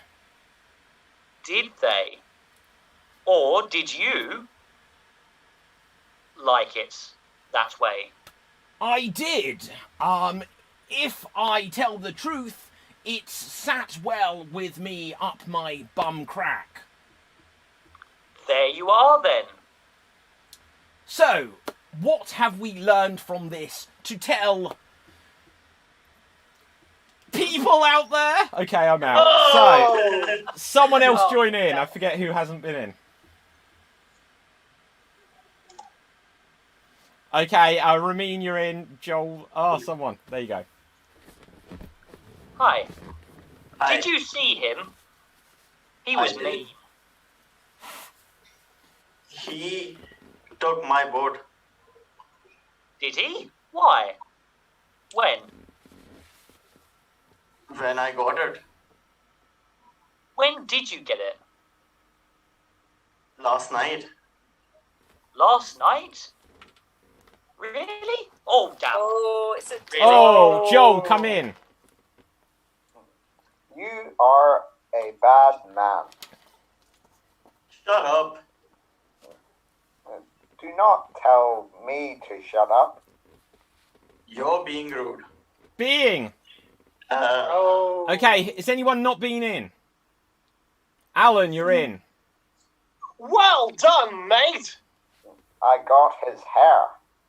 You did. You got his pubes. He has egg on his face. Egg on his face and skid marks on his pants. All will speak on this. Let's do. I love to see it. Yes, let's go tell the world. The whole world what you did to that blonde twat. I've just checked. Unfortunately, skid marks is one word. Oh! I'm so sorry. Oh. Right, okay. JJ, join in. You okay? I am good. All laugh at him. Who? The prime guy. The prime guy? The blonde twat? Yes, him. Why? What did he do? He does a bad thing for public. Public? Oh. Okay, is that? I think that's everyone been in, so I will say, JJ, you have won. Well done. I'm coming in at the end. I won. Okay, next up, we are going to come to, again, we're going to continue to use a suggestion, because we've already got them, of a crime you would like to commit, but audience, I'm going to ask you for another suggestion here. The next thing I'm going to ask a suggestion of is an ambition you had as a young child. An ambition you had as a young child is the next thing we need a suggestion of. But otherwise, we are going to move on to a game known as Body Language. We're going to move on to a game called Body Language. So, audience, as well as an ambitious young child, if anyone is out there able to quickly suggest some body parts, we will need suggestions of body parts. So let's have a look at any body... No, let's not have a look at the body parts. Let's see what body parts you can suggest. Playing this game is going to be Ruth, is going to be Joel, is going to be Alan, and is going to be Ramin. Ruth, Joel, Alan, and Ramin. You are going to be playing the game known as Body Language. And we're going to see what crime this is about. We'll continue to use that there. Let's have a look.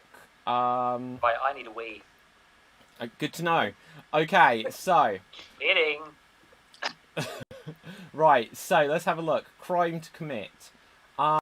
Tony Slattery's actually given us a suggestion that I'm going to interpret here. I hope it's the suggestion for this, otherwise I'm a bit worried. He says, listen, I've got loads of prescription drugs left over. Want to meet? So I'm going to take that as drug dealer. Drug dealer. So this is the crime of drug dealer, as suggested by Tony Slattery. And let's see what body parts we're going to assign people. Alan, if you can use your shoulders as much as possible in the scene. Your shoulders, please. Let's have a look. Keely says, Ruth, can you use your teeth as much as possible? Okay. Erica says, body part, Alan's perfect bum. So, Joel, if you can use Alan's... No, I'm joking. Right, okay. Joel, if you could use... Oh, we've got more teeth. A wisdom tooth. So that's... Oh, wow. Adam, are you in this scene? No. Okay. Sorry, What are you sorry. doing? Right. Okay. I forget where we're up to now. So you've got a wisdom tooth to use, Joel. And Ramin, if you could use your mustache. So don't use your beard. If you can use your mustache as much as possible. This is a scene about drug dealing. And here you go. So, which one of you are interested? I just tasted it. You have to rub it on your teeth. I'm not sure it's the genuine article. Yeah. Oh, I must tell you, it's real. It's very real. Well, you know, if it's not real, I'm not going to shoulder the responsibility of selling it on. Look, if it's not real, then I'm just going to have to extract myself from this situation before it becomes infected. I must ask you, have you done this before? Does it look like we don't have the wisdom for this particular situation? Yeah, and we've never been collared once. It sets my teeth on edge just thinking about not doing this. I wouldn't know what to do with my life. How about I show you some other stash I have? Nice. Have you got... Like, who was that? You were told to come alone. Who was that? That's my stash in the box. I'm selling him. Look, if this is a member of the Crown Force, then we're going to have to take you out. I think they looked a bit like my dentist, actually. Yeah. We're going to have to take you out in the paddy wagon. Listen here. I'm not alone, you know. I have someone with me. You can't take me down. I am the drug dealer. Yeah, you are, and we came here for drugs, not to be taken out or cause swelling that might cause a problem later on. You haven't even offered us a friendly joint. There's something fishy going on under my nose, I feel. You guys have a plan not to buy drugs, but to take me down. Let me fill you in on this. We are here to buy the drugs. Then just buy the drugs. Yeah, you're here to fill the gap of drugs in our life that has been left after it's been taken out.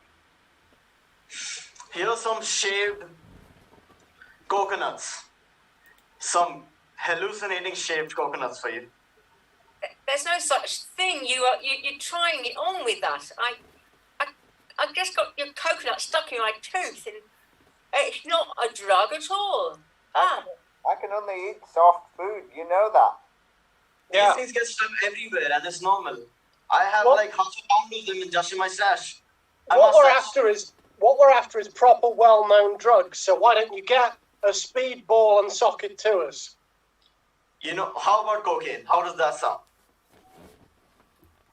Well, it's a good painkiller, isn't it? I could do with some of that. Yeah, I think that's a clever couldn't call. we all? Clever call. So, I like what you're going for there. Right, okay, audience, it is now up to you. It is now up to you, audience. Please vote. Who do you think made the best use of their body part? If you felt that it was Joel showing some great wisdom, then vote for Joel.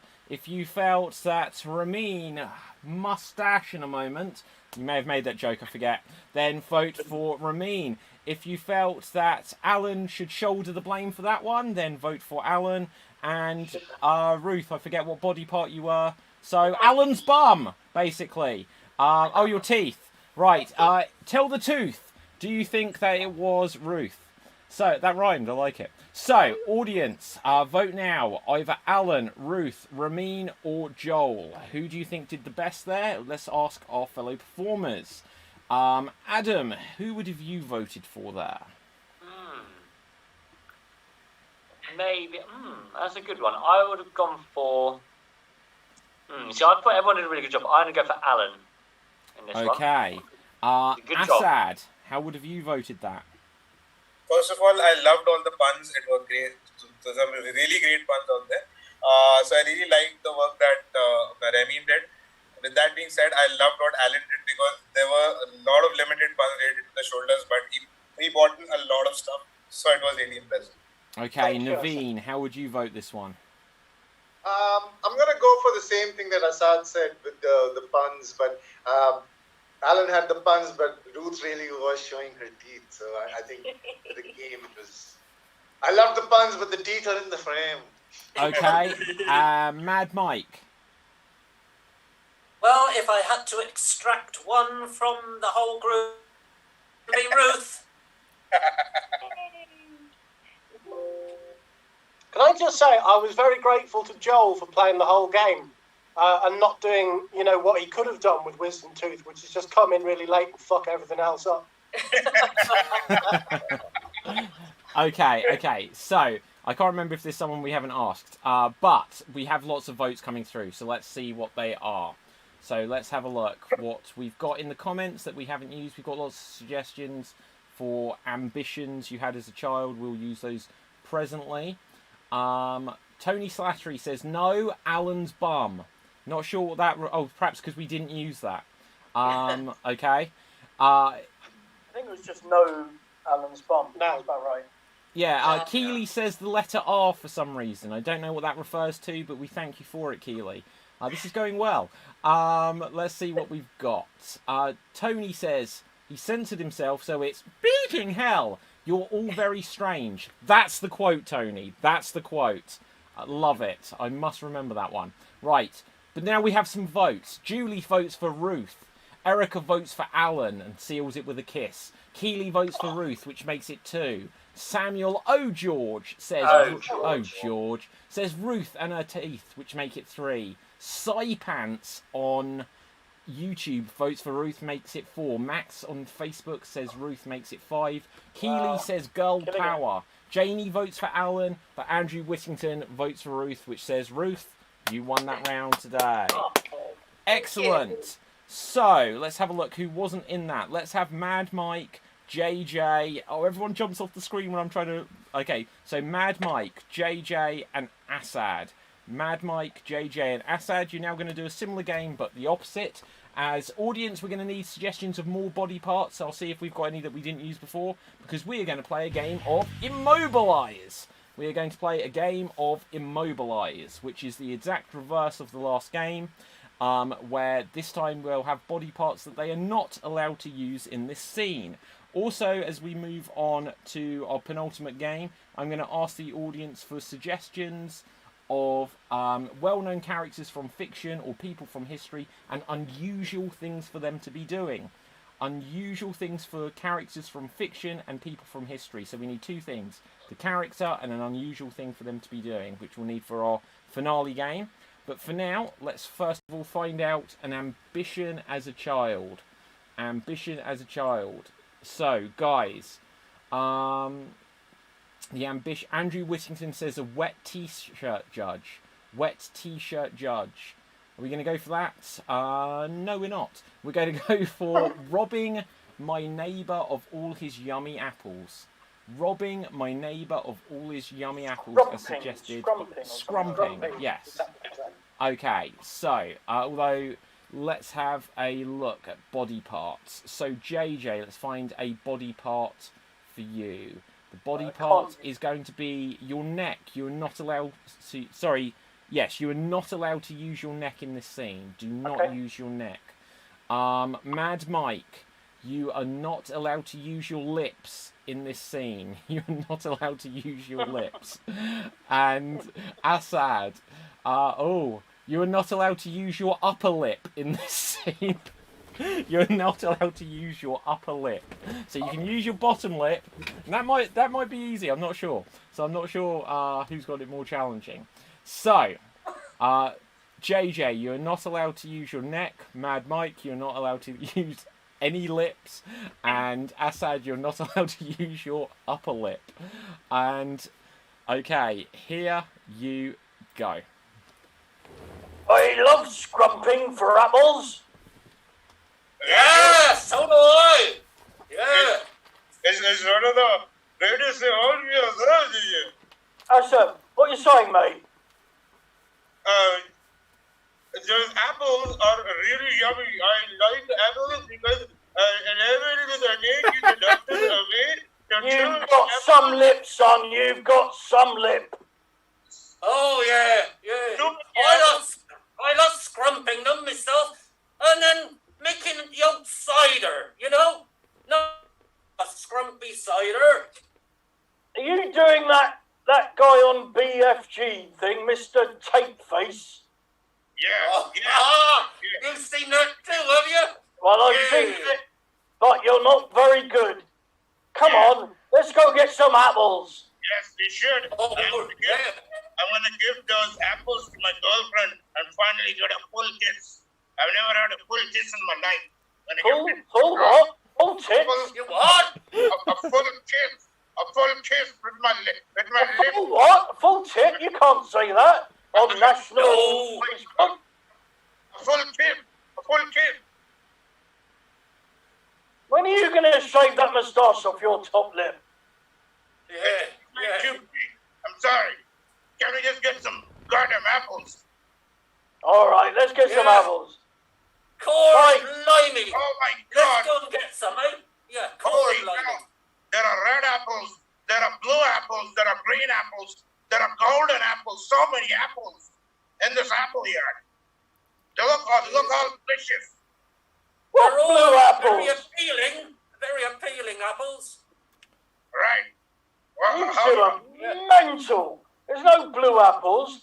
And what are you saying, Mike? How can you have a southwestern accent with gaffer tape on your face? Well, I comes from Somerset, actually. But there you go. Do you? Once upon a time. Prove it. And scene. Well done, guys. Well done. Mad Mike, I worry why you have got that tape so close to hand. If you were tied up somewhere behind Mad Mike, shout as loud as you can and we'll send authorities. Other than that, audience, it is now once again voting time. Who do you think did the best with their restriction there? If you felt it was JJ that was a pain in the neck, then vote for JJ. If you felt that Mad Mike should just keep his mouth taped shut, then vote for Mad Mike. And if you felt that you've heard enough lip from Assad, then vote for Assad. Let's find out how our fellow performers thought. Adam, who would you vote for here? Oh, I'd have to go with JJ just because it just looked really funny. It was really cool. And Assad as well did a really good job as well. I'm going to do a double vote. I'm going to go for them. Interesting. Ruth, who would you vote for? I'm torn between them, but I would go for Assad. I don't know why, but just for Assad. Okay, Alan. I mean, it was very bold of Mike to display the fact that he has his bondage accoutrement to hand so openly. But I think personally, I'm going to give it. Cheating. No, cheating, really, but they're yeah, it's a bit. Yeah, I'm going to give it to JJ, who, in my opinion, was the sexiest scrumper, or scrumpet, as we call it. I've got an advantage in that the rolls of fat cover my neck. So you haven't actually got a neck, yeah. Ramin, how would you Gladstone vote? Small, the bowler. You know what I would vote for Assad because with his handicap, he played a retard, which actually looked pretty good. Who played a retard? Assad. Okay, moving swiftly on. I'd like to disassociate myself from the use of the word retard. Yeah, I wanted to disassociate myself from the name Assad. Replace it with the word cunt. Okay, so, right, let's clean this show up. We're going to get kicked off of the internet. Let's not have that happen there, guys. Let's not have that happen. So, Naveen, how would you vote? I'm going to vote for the forever kidnapping victim, Mad Mike. Right, and last but not least, Joel, how would you vote this one? Yeah, it was really close to call, but I think I have to go with Mad Mike for being mad enough to actually gag himself with a tip. Right, so let's have a look what we've got in the comments. Julie Pennell on Facebook has voted for Assad. Janie says, OMG Assad, so funny. Samuel O. George has said Assad. Max says Assad. Andrew says Assad. Daniel O. George says, I'm voting for Assad.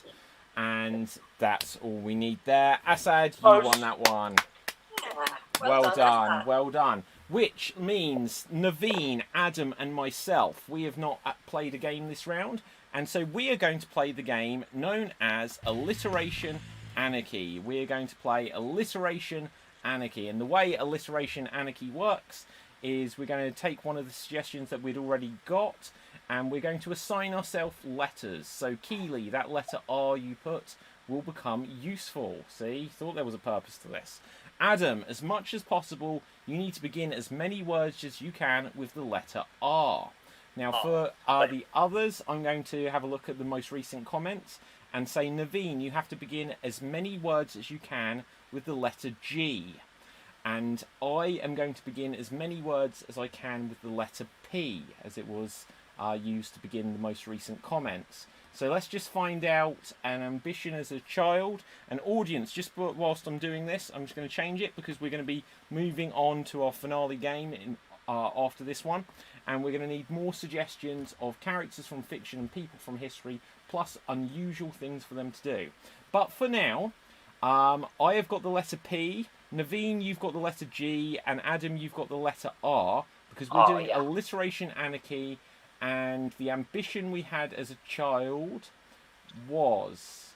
Let's have a look what this was. Erica says, this is my true childhood ambition, was to marry Tony Slattery. That won't be our scene, but we'll read it out loud. We'll have a look. So, ambition as a child was... where have we got? Ambition as a child. It might be marrying Tony Slattery then. Is there not another one? Okay, so it'll be a scene about marrying Tony Slattery. Childhood ambition was to marry Tony Slattery. Okay, I'm the letter P, and here we go. Please, please, please, please. Peter. Patricia. Right, Richard. Right, Rhonda. Let's get married.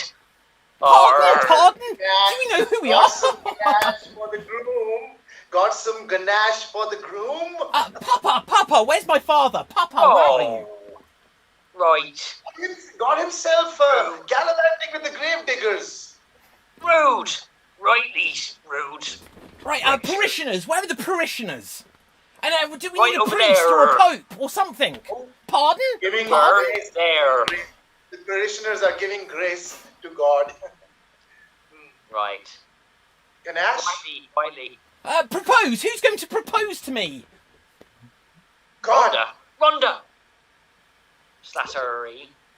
Gavin, go to the gravediggers and tell them to get the gold for the groom.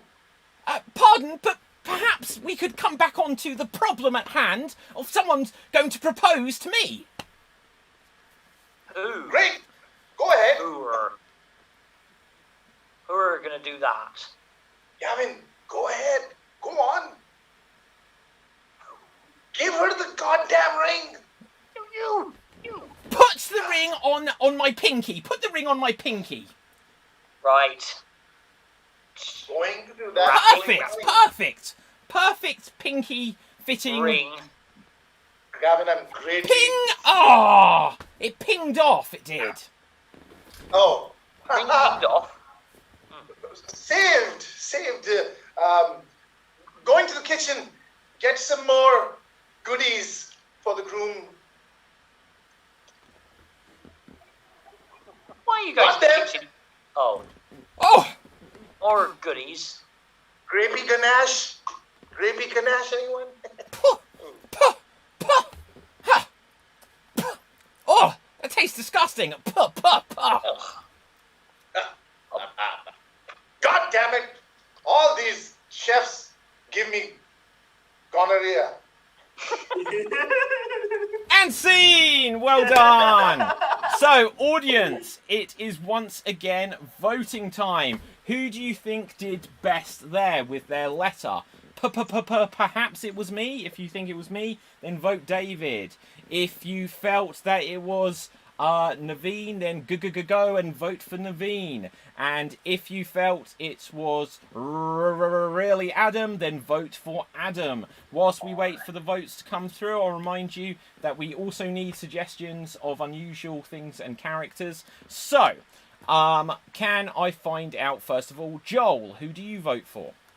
I think it has to be Naveen for the gallivanting with the gravediggers and the chefs giving gonorrhea. Okay, JJ, how would you vote this one? Yeah, I think once David did 14 pars and Adam did 28 rights, I think Naveen having groom and gonorrhea in the same sentence. But I had, like, Pinky, I had Parishioners, You I had repeated Pope, the I same had P Priest. word 8 times, which is not the game, David. I'm sorry, mate. You know, I invented the goddamn game. Right, I'm out of I'm here. a qualified cricket umpire, and you are out. That's it. You are out, mate. Right, Ruth, who do you vote for? See, I'm scared now because I was going to vote for Naveen, but you're going to have my vote because please. Don't but no, it's Naveen. Yeah, Right, okay. Ramin, who do you vote for? I was tied between you, David, and Naveen, but Naveen got me right away with gonorrhea, so I'm going to Naveen. He got you with gonorrhea. Shit, that's awful.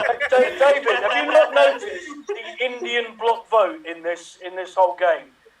Always like Eurovision. Always voted the same. It's just like cricket. Let me tell you. Right, Mad Mike, who do you vote for? Oh, golly gosh. It's so close. I think it has to be Naveen. Yeah. Naveen. Okay, Ruth, who do It's you not vote close, for? Mike. It's not close. No. You've already got my vote, I'm afraid. Oh, yes, we do. Assad, who do you vote for? I really appreciated the Pinky joke, but with that being said, Naveen takes the cake. He was absolutely fabulous in that. Okay, and Alan, last but not least. It's not because we are Indian. No, absolutely not. Look at the stats. Look at the stats. Right, Alan, how do you vote?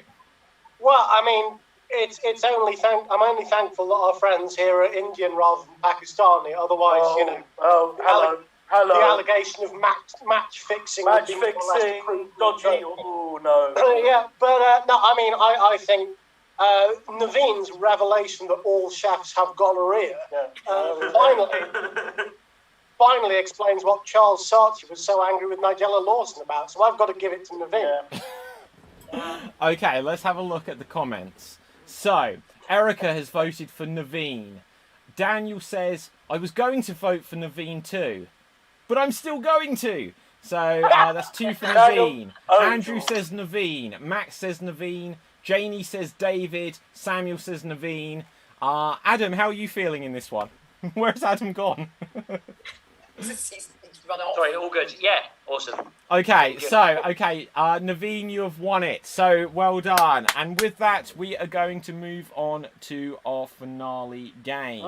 And our finale game is known as an impression battle royale. So audience continue to put suggestions of characters from fiction, people from history, plus unusual things for them to be doing. And we are going to have a little tournament. Starting us off are going to be Joel and Ramin. Joel, you will go first. Let's find a... Okay, Saipants also says Naveen for president. Got my vote. So Naveen, you are doing very well tonight.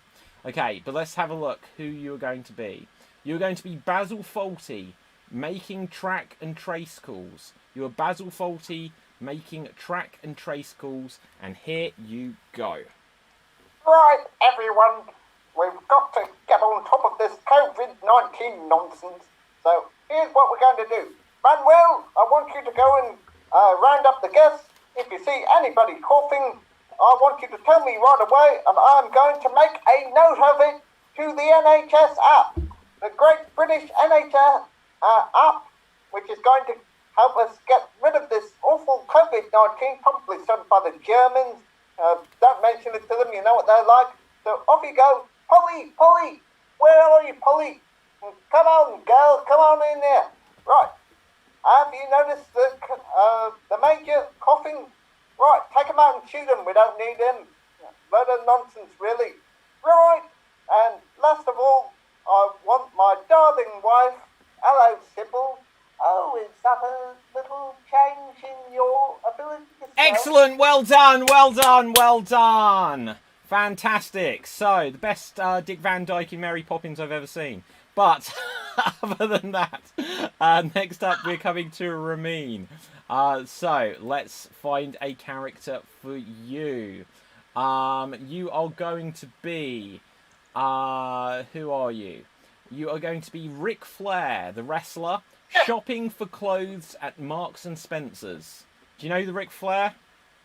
Not really. Okay, we'll find someone else. Oh my god, these are all quite obscure. Do you know who Yogi Bear is? Kind of. Yeah, that'll do. You're Yogi Bear doing the cha-cha slide. You're Yogi Bear doing the dance, the cha-cha slide. And here you go. Yo, so I'm gonna teach you a dance that I'm just gonna learn now. You know, in this woods, you don't get a lot of music. Like, we just make things out of the tree trunks and we play our drums. So me, the Yogi Bear, I'm gonna teach you the cha-cha dance, okay? So even though I have short legs, I can still move them side to side. So this is how you're gonna go. Oh, yeah, oh, yeah. You might wanna hold some stems in your hand to make it look even better, because this is all we have. So while you're doing the cha-cha, you wanna move your hands. And while we move our hands, it just looks so much better. And with me and my other bear family, we are gonna look so cute and fubbly, and this is gonna be a great time in the woods. Yeah. So everyone with me, let's go. Cha cha cha cha cha cha cha cha cha cha. Yogi Bear go cha cha cha cha cha cha cha cha. Thank you so much, you and my friends. I really love you all being here with me in this time. Woo! Thank you very much. Well done. So the question is, do good things come in bears, as they say in that slogan for the movie? Alan, they actually use that as the slogan for the Yogi Bear movie, right? So, if you're voting for Ramin or Yogi, put Ramin or Yogi. If you are voting for Joel as Basil Fawlty, then put Joel or Fawlty. For now, let's find out. First of all, Ruth, who would you vote for here? Okay, we can't hear you, but I'm going to take that. That's a cha-cha slide. So, Assad, who would you vote for? I'm going to vote for the Yogi Bear because that was extremely cute and so adorable. So I'm going to Okay, JJ, how would you vote? Yes, I will join my Indian brothers and vote for the Indian guy. What's his name? That one. The Indian guy. Okay, JJ, you need to do better tonight. I don't know what's going on. You can't say that stuff. I'm right. acting! Right, It Alan. was brilliant. Well done, Ramin. Come on. Thank you so If much. I may interrupt the Gammon Festival for a moment. Ooh. I really liked the way Joel got so many of the characters from Fawlty Towers into his impression. Unfortunately, I wasn't quite sure whether it was an impression of Basil the Fawlty or Basil the Great Mouse Detective. Either way, it seemed to be an Australian character.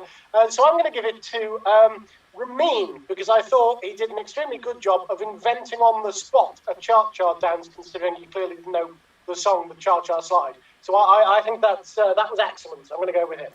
Okay, Adam. Well, I'm going to go for Ramin, I think. Really, really good. Yeah, I like that. It's good. Okay, Mad Mike. Well, Basil Fawlty or Basil Brush. I'd sweep that one under the carpet, I think. Hey. Boo Boo wasn't mentioned, hey, but I'd still go for Ramin. Yeah, and Naveen, how would you vote this one? I would have gone for my Indian brother, but he didn't know who Ric Flair is, and that is not. Woo! We may find out. I'm going to give it to Joel because I love Fawlty Towers. That was one of the first British comedies I ever saw, and made me fall in love with British comedy. And so Joel just for one of the best. Okay, Oh, let's see still what we've one got of in the best. votes. So 12 episodes made, which is amazing. So Janie votes for Ramin. Samuel votes Ramin did a better boo-boo than Yogi. I vote Joel. Oh, a swerve there. So one apiece. Andrew votes Joel. Pants votes Ramin. Max says Ramin was cute. So you've got a fan there. Let's have Daniel says I have to give it to Ramin. That's largely because I haven't seen Fawlty Towers. There's only 12 episodes, Daniel. If you watched them now, you could probably have seen them all before the end of the show. So I'm going to say, Ramin, you have gone through. So well done there, Ramin. Okay, next up, we are going to have Alan and JJ. Alan and JJ. So we're going to start with Alan. Let's find a character for you. You are going to be Norman Wisdom making a speech in Parliament. Norman Wisdom making a speech in Parliament. Can I just say I have been on stage with Norman Wisdom? Just want to say that. You? Wow. Oh, very I've never exciting. seen any of his films, but there we go. He's not done films. He was a presenter. Didn't do films. What? Norman Wisdom hasn't done was films? Little old Norman guy. Vaughan. I think it's Norman Vaughan. Who's Norman Vaughan? The guy I was on stage with. Sorry. Okay, fair enough. No, Norman Wisdom. Yes. Hello. Yeah, got it. Right, okay. Can I borrow your cap? Yeah, you could actually. There you go. Yeah.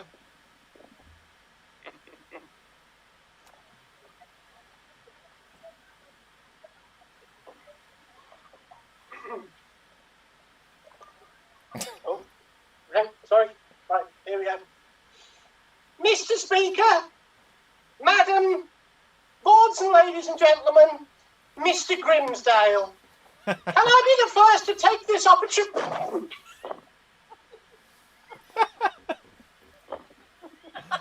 Oh, dear. I think that's all we're getting there. So, let's have a go over to JJ. Short and sweet, very good. Let's find a character for you. So, oh, this is a good one.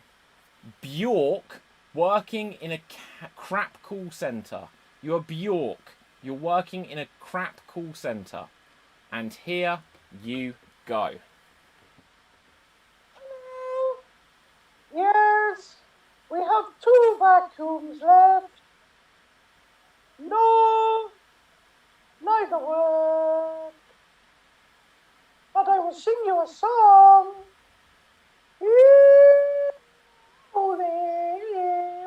Sorry? Oh, we have a refrigerator. Yes. No, no freezer. Okay. Next. Oh, hello. My name is Debbie. How are you? Okay. Yes.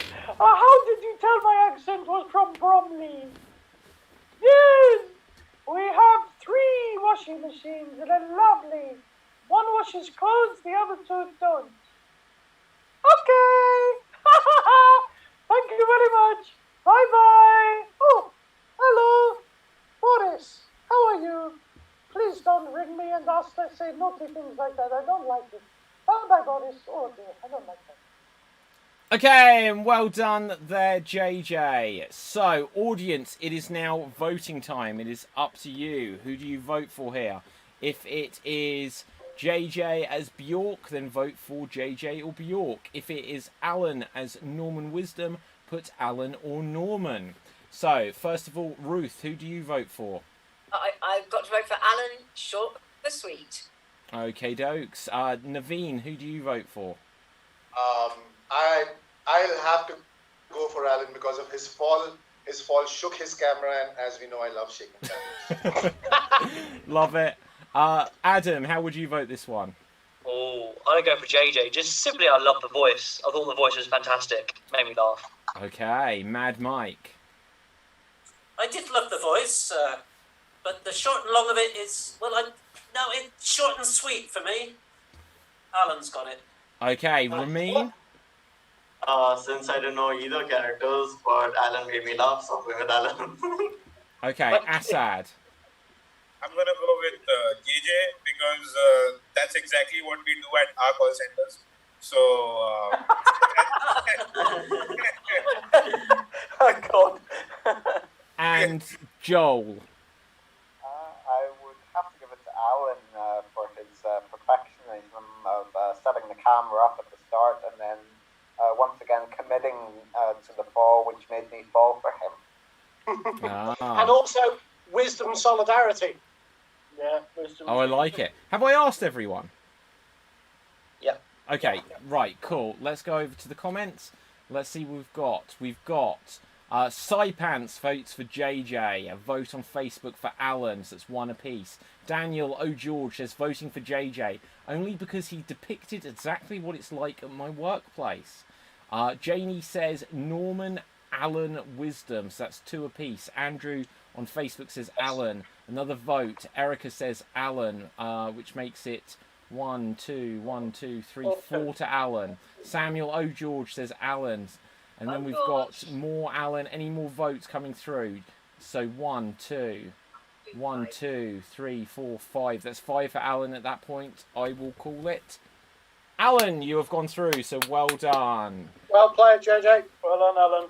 Excellent. Okay. Next up, let's have Ruth and I can't even remember who's been. And Joel has been. Adam, you have not been. Ruth and Adam. Ruth and Adam. Let's bring up Ruth first. Let's find a character for you, Ruth. You are going to be... See who you are.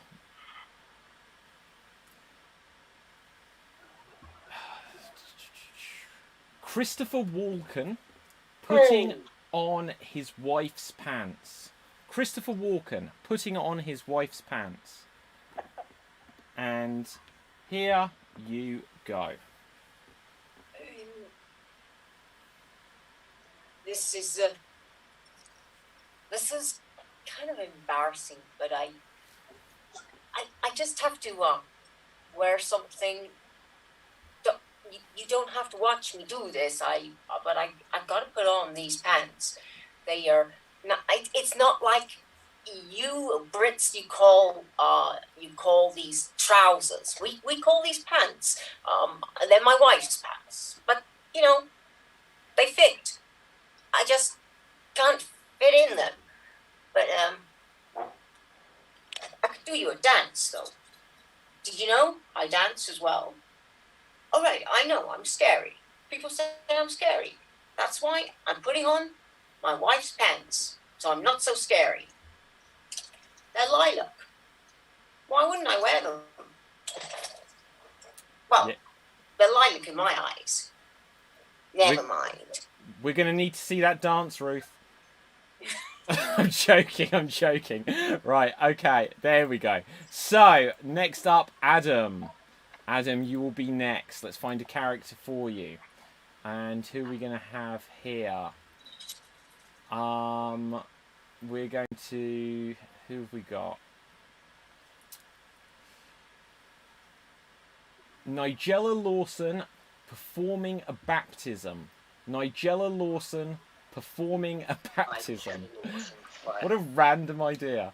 Right, okay. Thank you, Daniel George, for that. And here you go. Okay, so I'm going to add you to this little boiling pot here so that I can put you in the oven and then take you out again. And that's a baptism of fire, my love.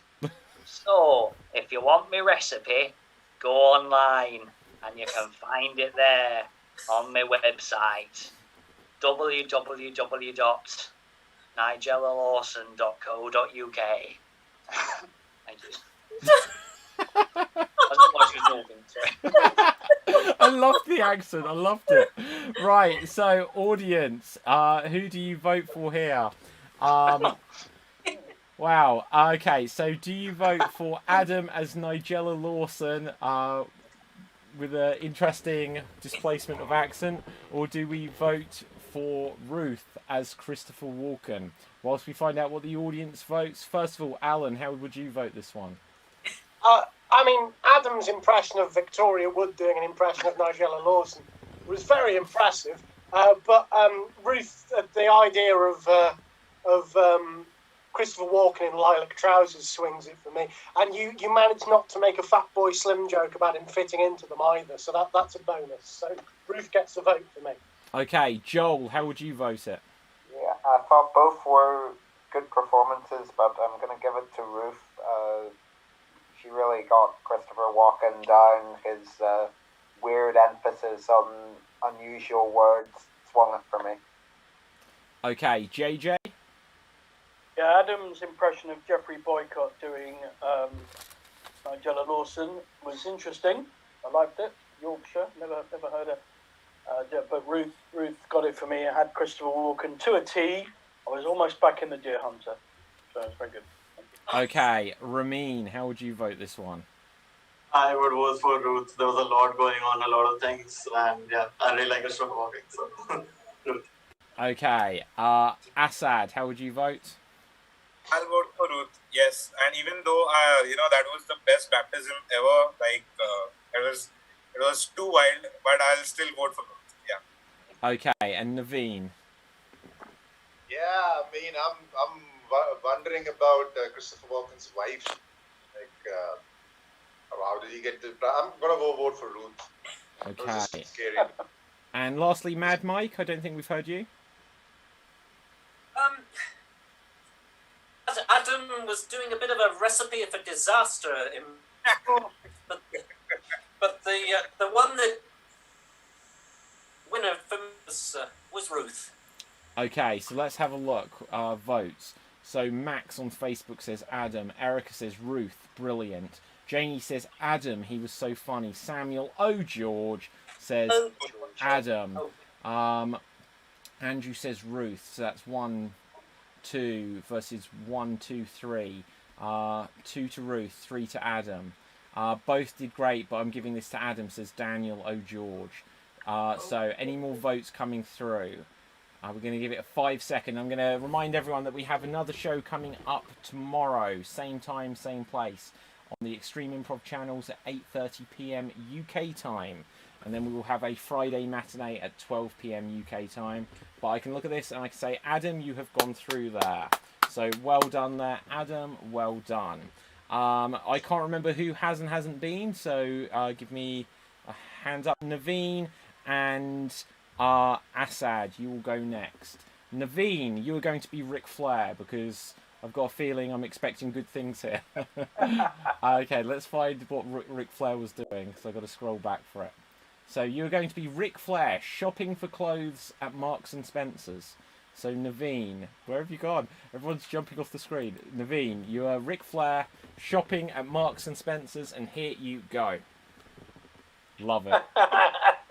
Hey! Woo! Brother, if you've got a pant for the flair, then you've got to, woo! Give it up for the man who has been a 15-time world champion and only a pant that will fit the ego of the flair. Woo! Will be a pant that I will be buying.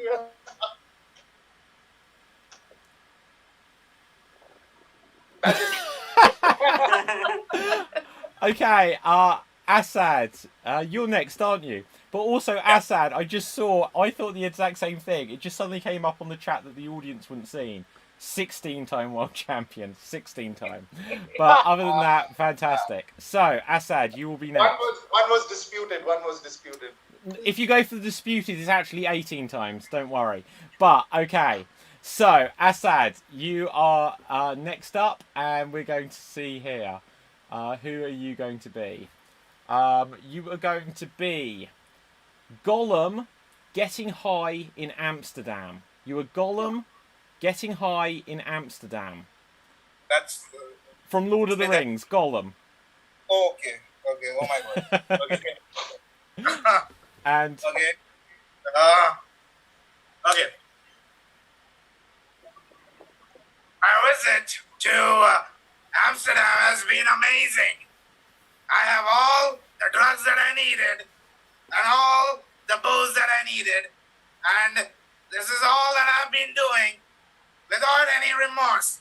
All this debauchery, and all I need is a girl, and only that's about it. Only, and I'm ready to spend all the money.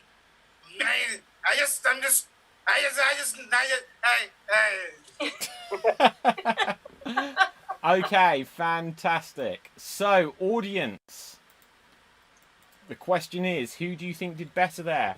If it was Assad as Gollum and you want him to win the one ring, then give him the one vote to rule them all. Vote for Assad. If you are styling and profiling with the Nature Boy, woo, Ric Flair, then vote for Naveen or Ric Flair. Audience, the votes are over to you, but let's find out how our performers would have voted it. Joel, how will you vote? Well, it was a nice impression by Assad of Gollum's drunk dad. But for me, I'm going to give it to Naveen. I don't personally know Ric Flair, but it seemed authentic to me. Okay, I just think with the hair, I loved it. Right, Alan. Oh, I mean, Naveen's impression of Ric Flair was very nostalgic for me. It was like the man had come back from the grave, and it was like being 10 He's years not old. dead! Of course he is. And it's like, it was like being 10 years old again before the Ultimate Warrior was a racist and Hulk Hogan beat his wife. It was remarkable. So I really did enjoy it. But I'm going to give it to Assad purely because the idea of Gollum getting high in an Amsterdam cafe wearing Breaking Bad merchandise really tickled me. So I'm going with that one. But good work, both. Thoroughly enjoyed it. Oh, also, yeah, I like the Better Call Saul t-shirt. So, Ruth, who do you vote for? Naveen. Just Naveen. That's it. Okay. Ramin, who do you vote for? I have to choose between two Indians. That's hard. Yeah, I kind of got remembered of who was Ric Flair and stuff, and like both were really good, but I'm gonna go with Assad, especially because of the drunken fall in the air. Okay, JJ. Yeah, no, I loved, like you, I loved the Ric Flair look. I thought the look was great, but I think Assad got it on the content and the performance, so give it to Assad. Okay, Adam, how would you vote this one? Oh, I'm going to go for Naveen just simply for the accent and the wig. Yeah, I thought you did go for it. Yeah, I thought the accent was spot on as well. Mad Mike. Yeah. Anyone who can train their hamster to stay on their head for that long has got my vote. Okay, Definitely fantastic. Let's see what we've got in the comments. Okay, so Max says Naveen, he made a great Ric Flair. Daniel George says Naveen did an amazing Ric Flair. Woo! It's quite addictive doing the woo when you get into it. Janie says Naveen, brilliant Ric Flair. We've got every different spelling of Ric Flair here, guys. So Daniel has put R-I-K Flair. then Janie's put RICKFLAIRE.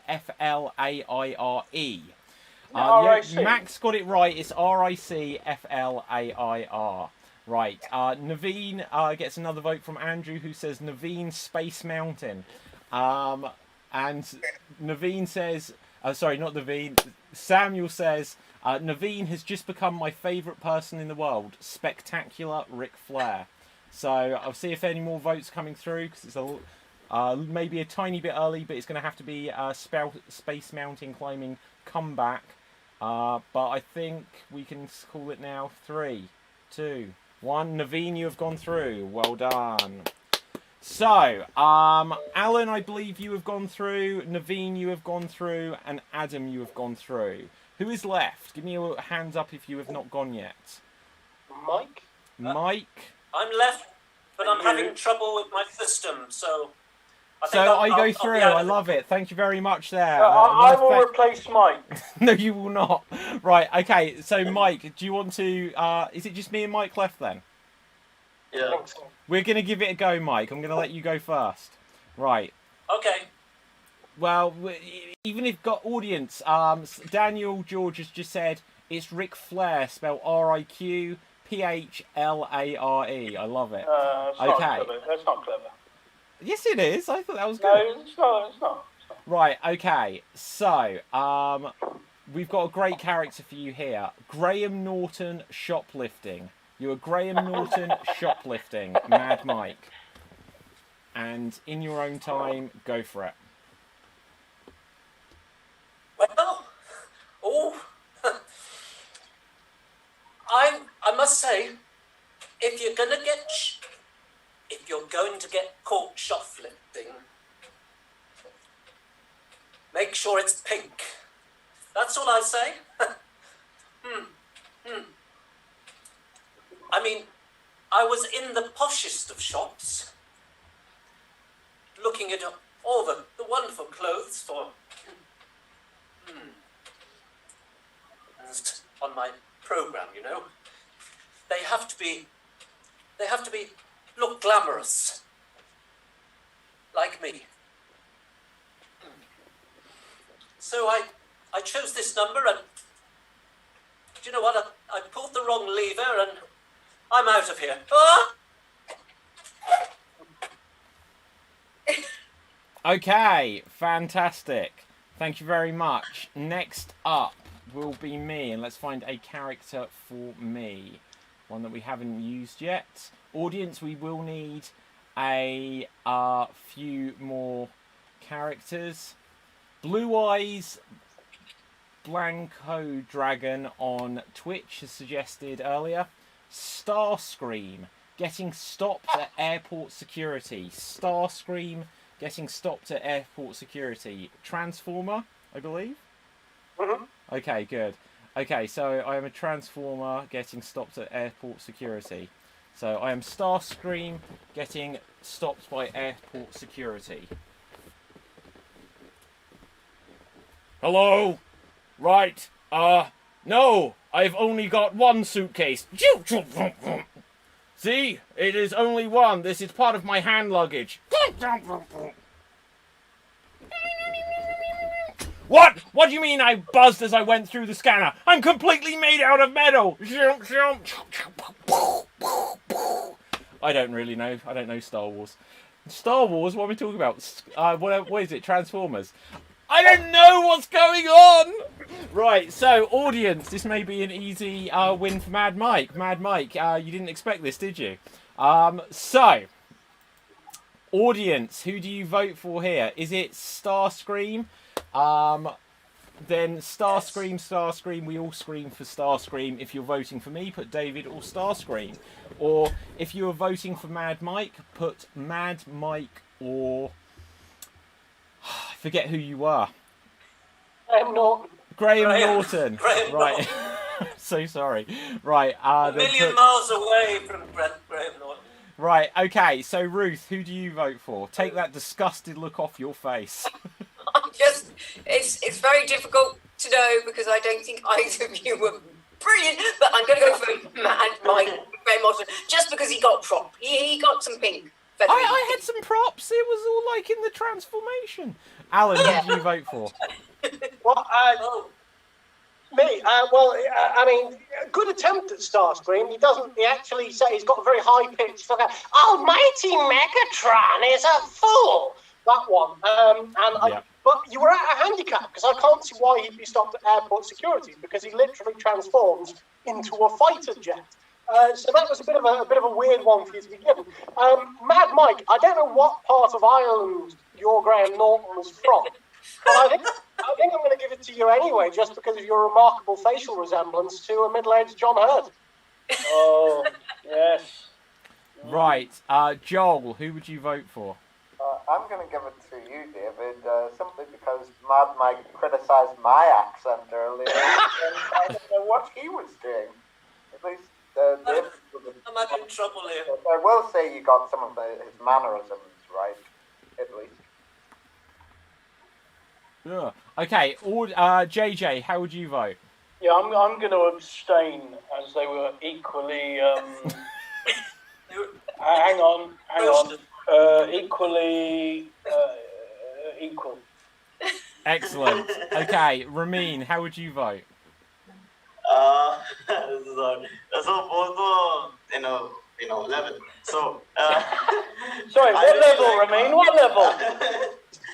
Just an adequate level. Just like there. But I really like how you still play with the Transformers, and even though you don't know anything, you still work with it somewhere with him. Okay, so who hasn't? Adam, what do you think? It's a bit of a level one, to be honest. I'm trying to. I don't know. I was shocked kind of by both of them, so I didn't know who to go for. I've got a bit crazy. Both out. Okay, right, okay. Assad, did you vote? No. I'm going to vote for Mike because that was just mad. That was just mad stuff. I vote for Mike. Okay, let's see what the audience say. So, Daniel George says, I think my vote has to go to Mad Mike. Max says Mike. Janie says Mike. Someone else says, what is this? Fair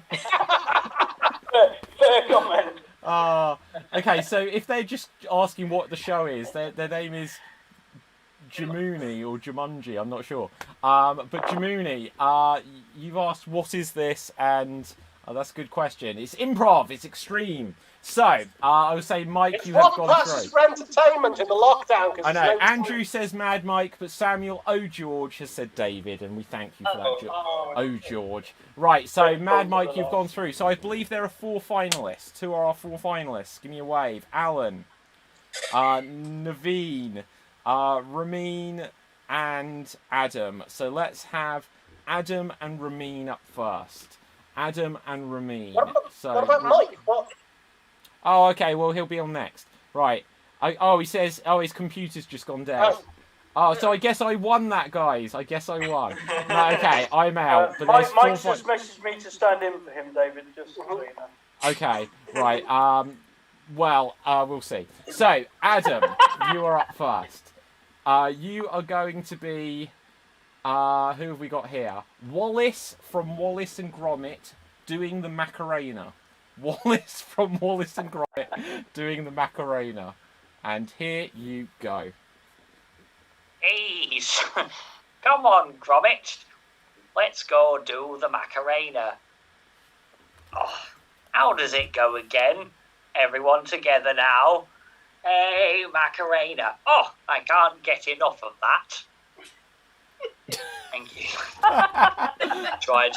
Okay, excellent. Ramin, I don't know what the accent was. I sort of. Okay, so it was basically your accent from earlier would have been closer. It was just. Okay. I think Nigella Lawson voicing Wallace from Wallace and Gromit. Okay. Victoria Woods voicing Nigella Lawson. Okay. Boycott in the background. Ramin, you're up next. Let's see who you are going to be. You are going to be Prince Charles doing Gangnam Style. You're Prince Charles doing Gangnam Style. And in your own time, here you go. So, as a part of our democracy, we are trying to merge and learn other cultural things. So we are, as we are trying to make good with Korea, we are going to start with the Gangnam Style. So as I believe, I bring my royal hand, my royal right hand here, my royal left hand here. And then as I would move my horses just like that, I would want everyone to go. Okay?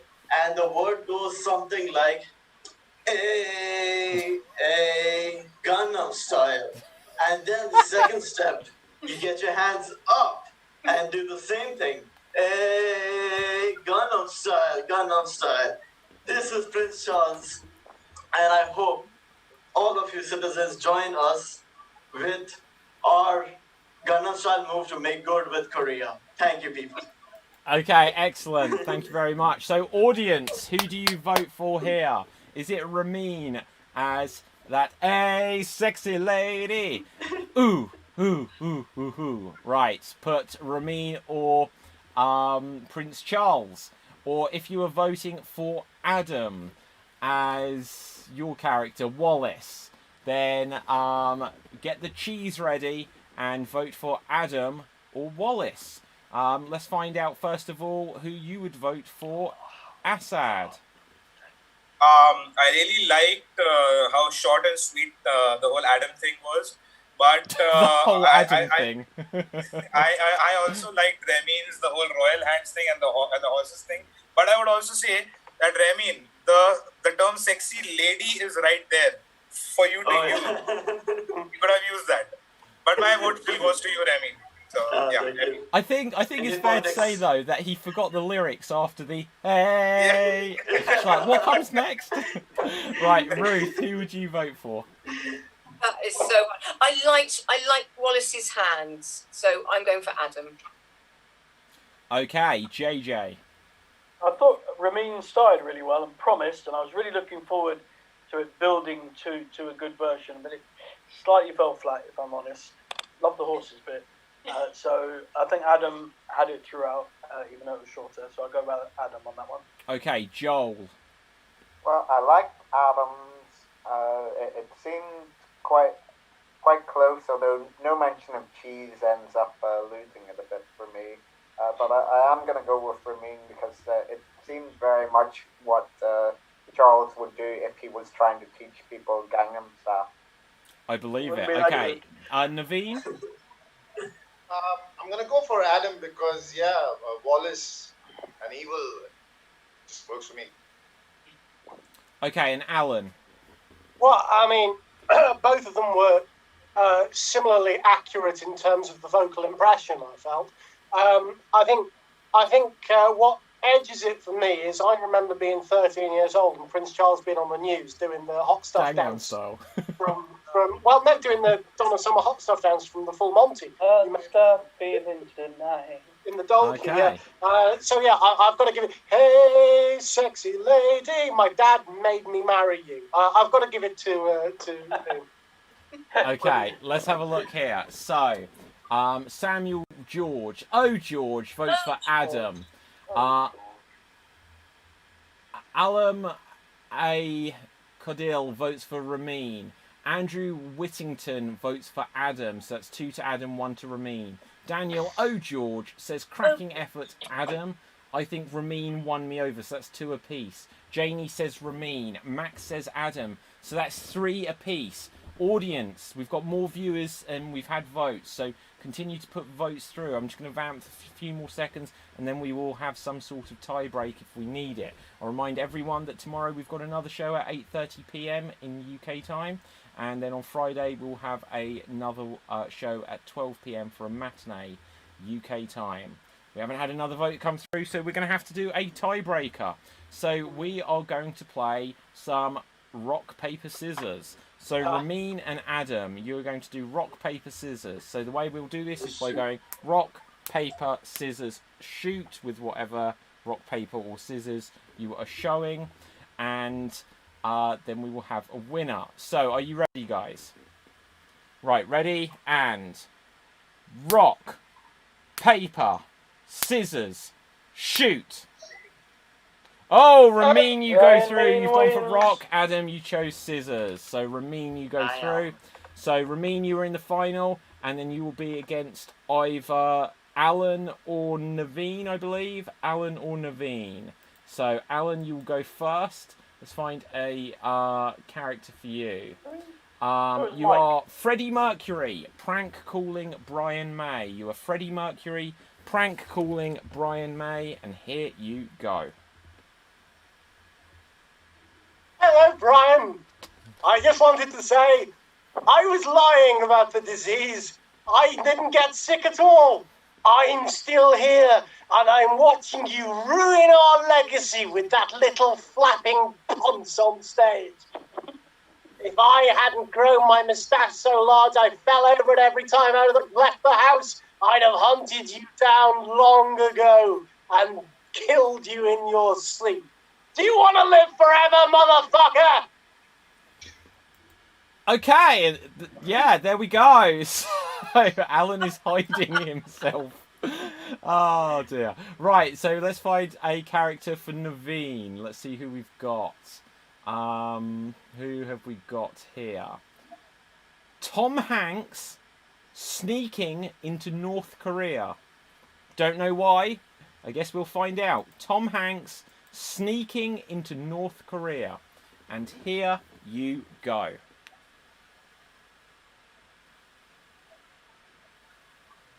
Hey, I'm here to play your table tennis team. All by myself. I've got 2 paddles. Yes. My mama always said, play a Korean at table tennis, and if you beat them, you can beat the Chinese. But, yeah, okay.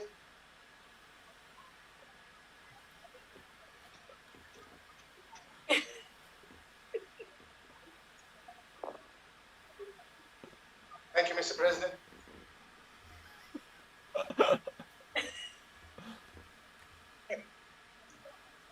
Okay, well done. Well done. Oh, I think this is a close one. Interesting both ways round. Audience, who do you vote for?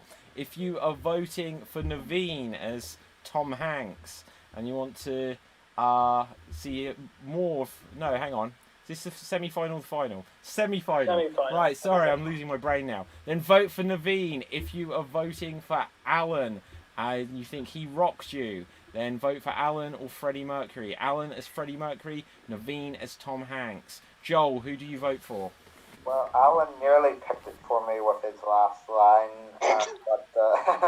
but I'm a sucker for Tom Hanks, and Naveen got it down to a T, so I'm going to go with Naveen. Okay, JJ.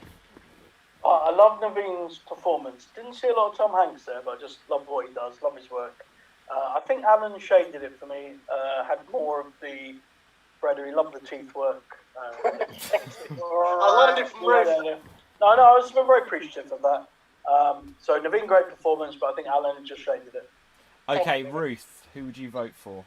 A really tough call, that one. Really tough, because I loved the Forrest Gumpism of the Tom Hanks, but I think it was the teeth. Alan, yeah, those teeth. Alan's got it for me. Okay, Adam? Ooh. I'm going to go for Alan, I think. I'm going to give my vote to Alan. I enjoyed his performance. I'm going to go for Alan, I think. Okay, and Assad? My vote goes to Alan as well. But I did like Naveen's performance really well. The whole table tennis thing, it was really fun. But my vote still goes to Alan. Okay, let's see what votes we've got in the comments. So, Andrew Whittington on Facebook says Naveen. Max says Naveen.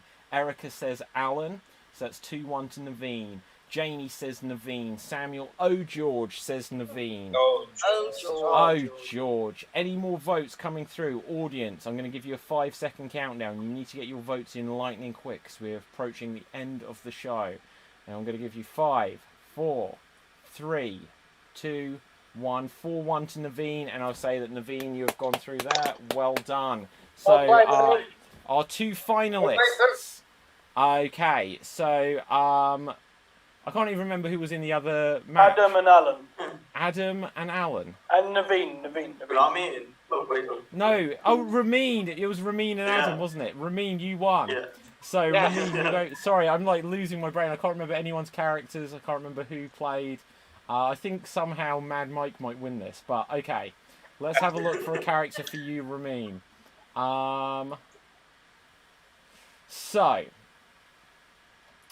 let's have a look here. We need 2 more characters. Who have we got? You are Santa Claus at a Weight Watchers meeting.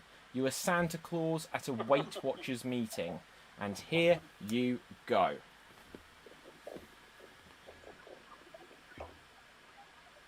Hello there. I am new here. My name is Mr. Claus, Mr. Santa Claus, and I have been eating too much of the cookies when I visit houses. I mean, I am a big sucker for cookies, and they lay it down for me, so it's kind of an obligation for me to eat. But I come here bearing gifts in this meeting, and I'm so grateful to be here. Okay. To start with, I am looking to lose weight because my belt doesn't fit anymore. As you see, I left my belt back home at the North Pole. But as the gifts, I've gotten some leftover cookies for you, some leftover cookies from you, some leftover cookies for you, because I'm trying to lose weight. Also, I just realized that you also are trying to lose weight all over here, but this is all I could get. And as a Santa Claus, I just love to give joy. So if this makes you happy, thank you so much. Okay, thank you so much there, Ramin. Next up, we are going to come over to Naveen. So, Naveen, let's find a character for you. Oh, this is a good one. So, Andrew Whittington, I like what he's written here, says Peter Parker. Peter Parker, so Spider-Man. Peter Parker pecked a pick of pickled peppers. Peter Parker pecked a pick of pickled peppers. You are Peter Parker, and you have pecked a pick of pickled peppers. So, do with this what you can, and here you go. Oh, okay. Interesting.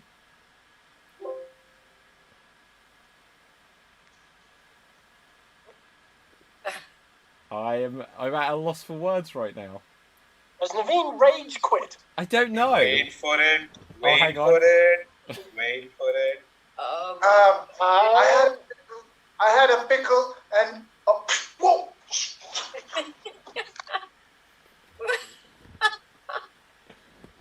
I'm all here. I'm right here, guys. I didn't know. It was Fury's. It was Fury's pickle. I'll return it. Yeah, right. Mr. Fury. I'm sorry, Mr. Fury. You can take your pickle back. I was just hungry. I'm so sorry. I'm gonna leave now. Oh, would you mind opening the window? And that's it. Well done. Excellent stuff. Awesome stuff. Audience, who do you vote for here? Do you think Naveen was amazing as Spider-Man? Or do you believe in Santa Claus? In which case you vote for Ramin. So, decide now. Are you voting for the Spectacular Spider-Man as Naveen?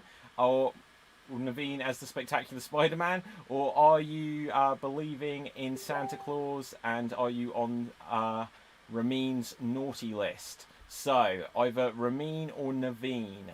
Ramin or Naveen. Who do you vote for? Let's find out first of all from Assad. Who would you vote for here? I am so torn right now. I have to select between one of my best buddies and one of my senior improvisers. So I don't know what to do right now. Oh, see, the interesting thing is I don't know which is which, so... It's very clear. Naveen is my best friend, yeah. But, the performance was excellent. The work that he did with the camera. Actually, throughout the show, the work that he's been doing with the camera, it's phenomenal. So I really love that. So my vote goes to Naveen. I'm sorry, Remy. Maybe another day. Adam, who would you vote for? Oh. I'm going to go for Naveen on this one. Okay, Joel. Yeah, I have to agree. I'm going to go for Naveen. There was build-up. It was dynamic. You got Peter Parker's awkwardness down. Thumbs up. Okay, JJ? Yeah, I think Ramin did a pretty good job. It was a good level Santa Claus, nice act. And despite David's lack of trust, Naveen Naveen killed it. Lovely use of the camera. Good use of online improvisation, mate. Very good. Yeah. Ruth? Oh, I really, if there'd been a ho ho ho, then maybe Ramin would have got it. But Naveen, it wasn't just the camera work; it was the shooting away from your. Oh yeah, Naveen. Okay, definitely. and Alan?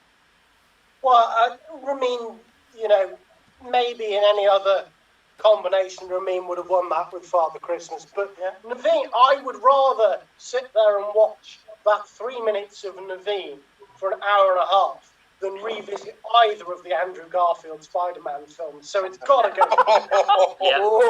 Fair play. So let's find out what the... film critic strikes again. Okay, I dropped the camera in the beginning and I was like, where the hell did the camera go? No, Let's find out what the audience said. So Daniel George says, I I don't... would also like to vote for Naveen. Oh, did I not? Oh, hang on. No, I was going to say, you're the opponent. Right, okay. So Daniel George says, I don't need to see the rest of this. Give my vote to Naveen for the effort alone. Haha. Samuel O. George says Naveen. Andrew Whittington says Naveen. Janie says Spidey, Naveen. And Max says it has to be Naveen. Camera work as Spider-Man was great. So Naveen, congratulations, you are today's Extreme Improv XStreamed champion. Well done.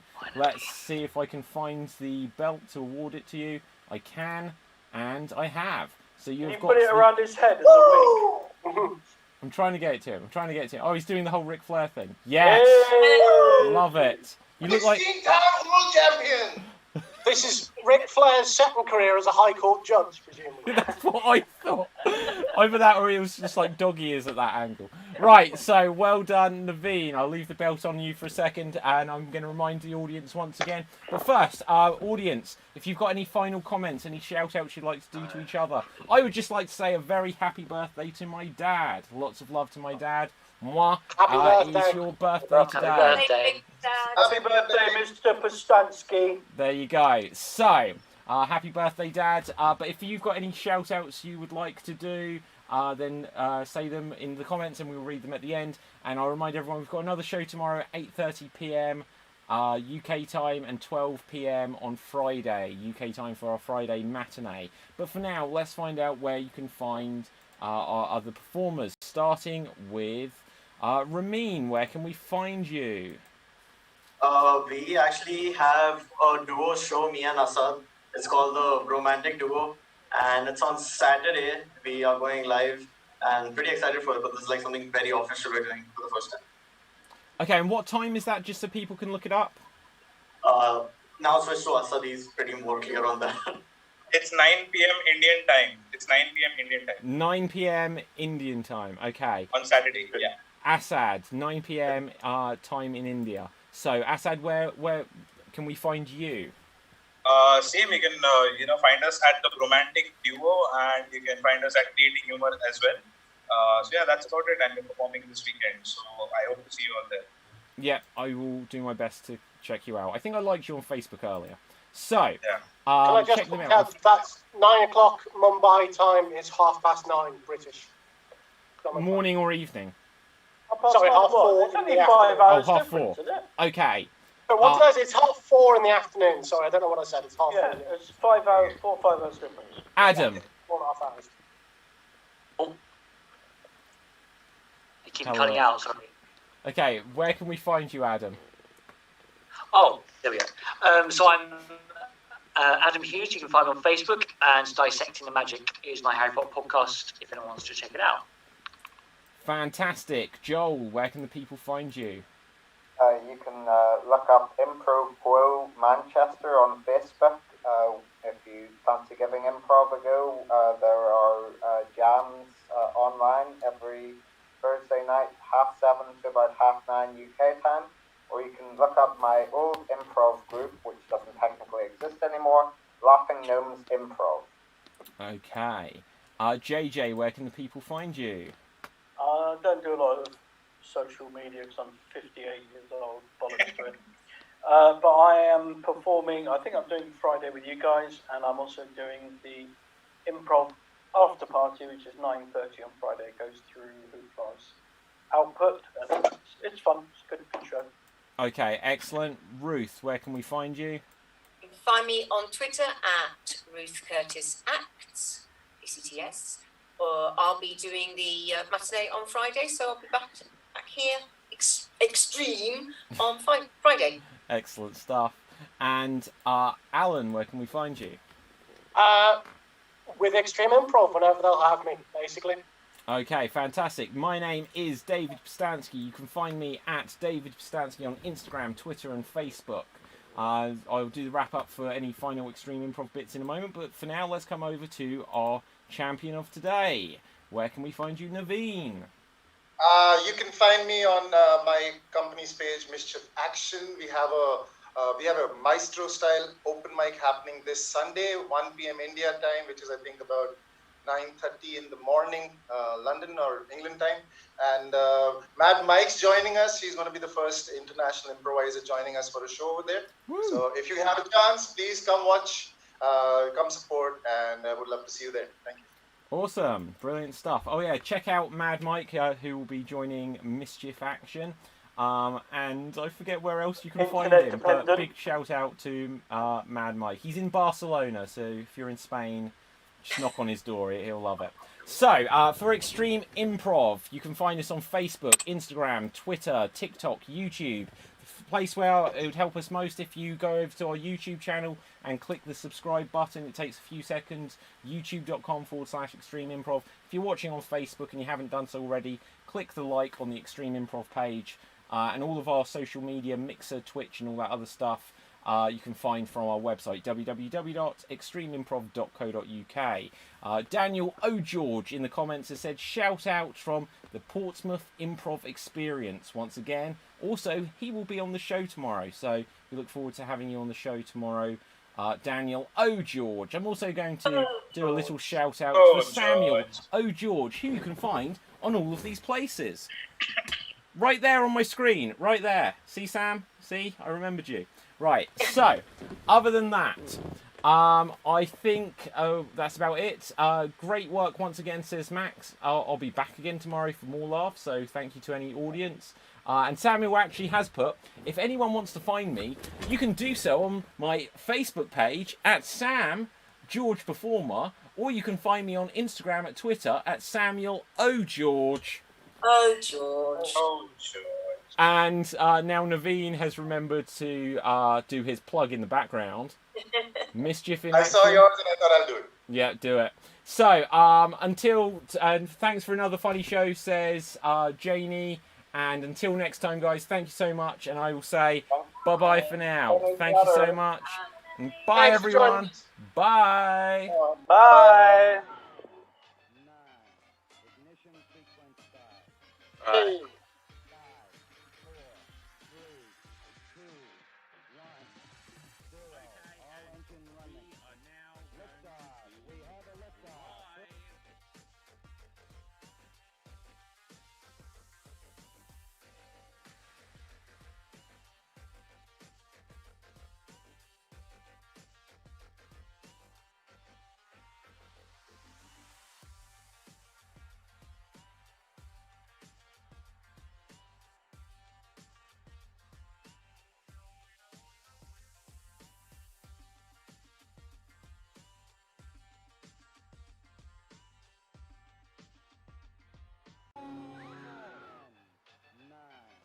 Ignition sequence start.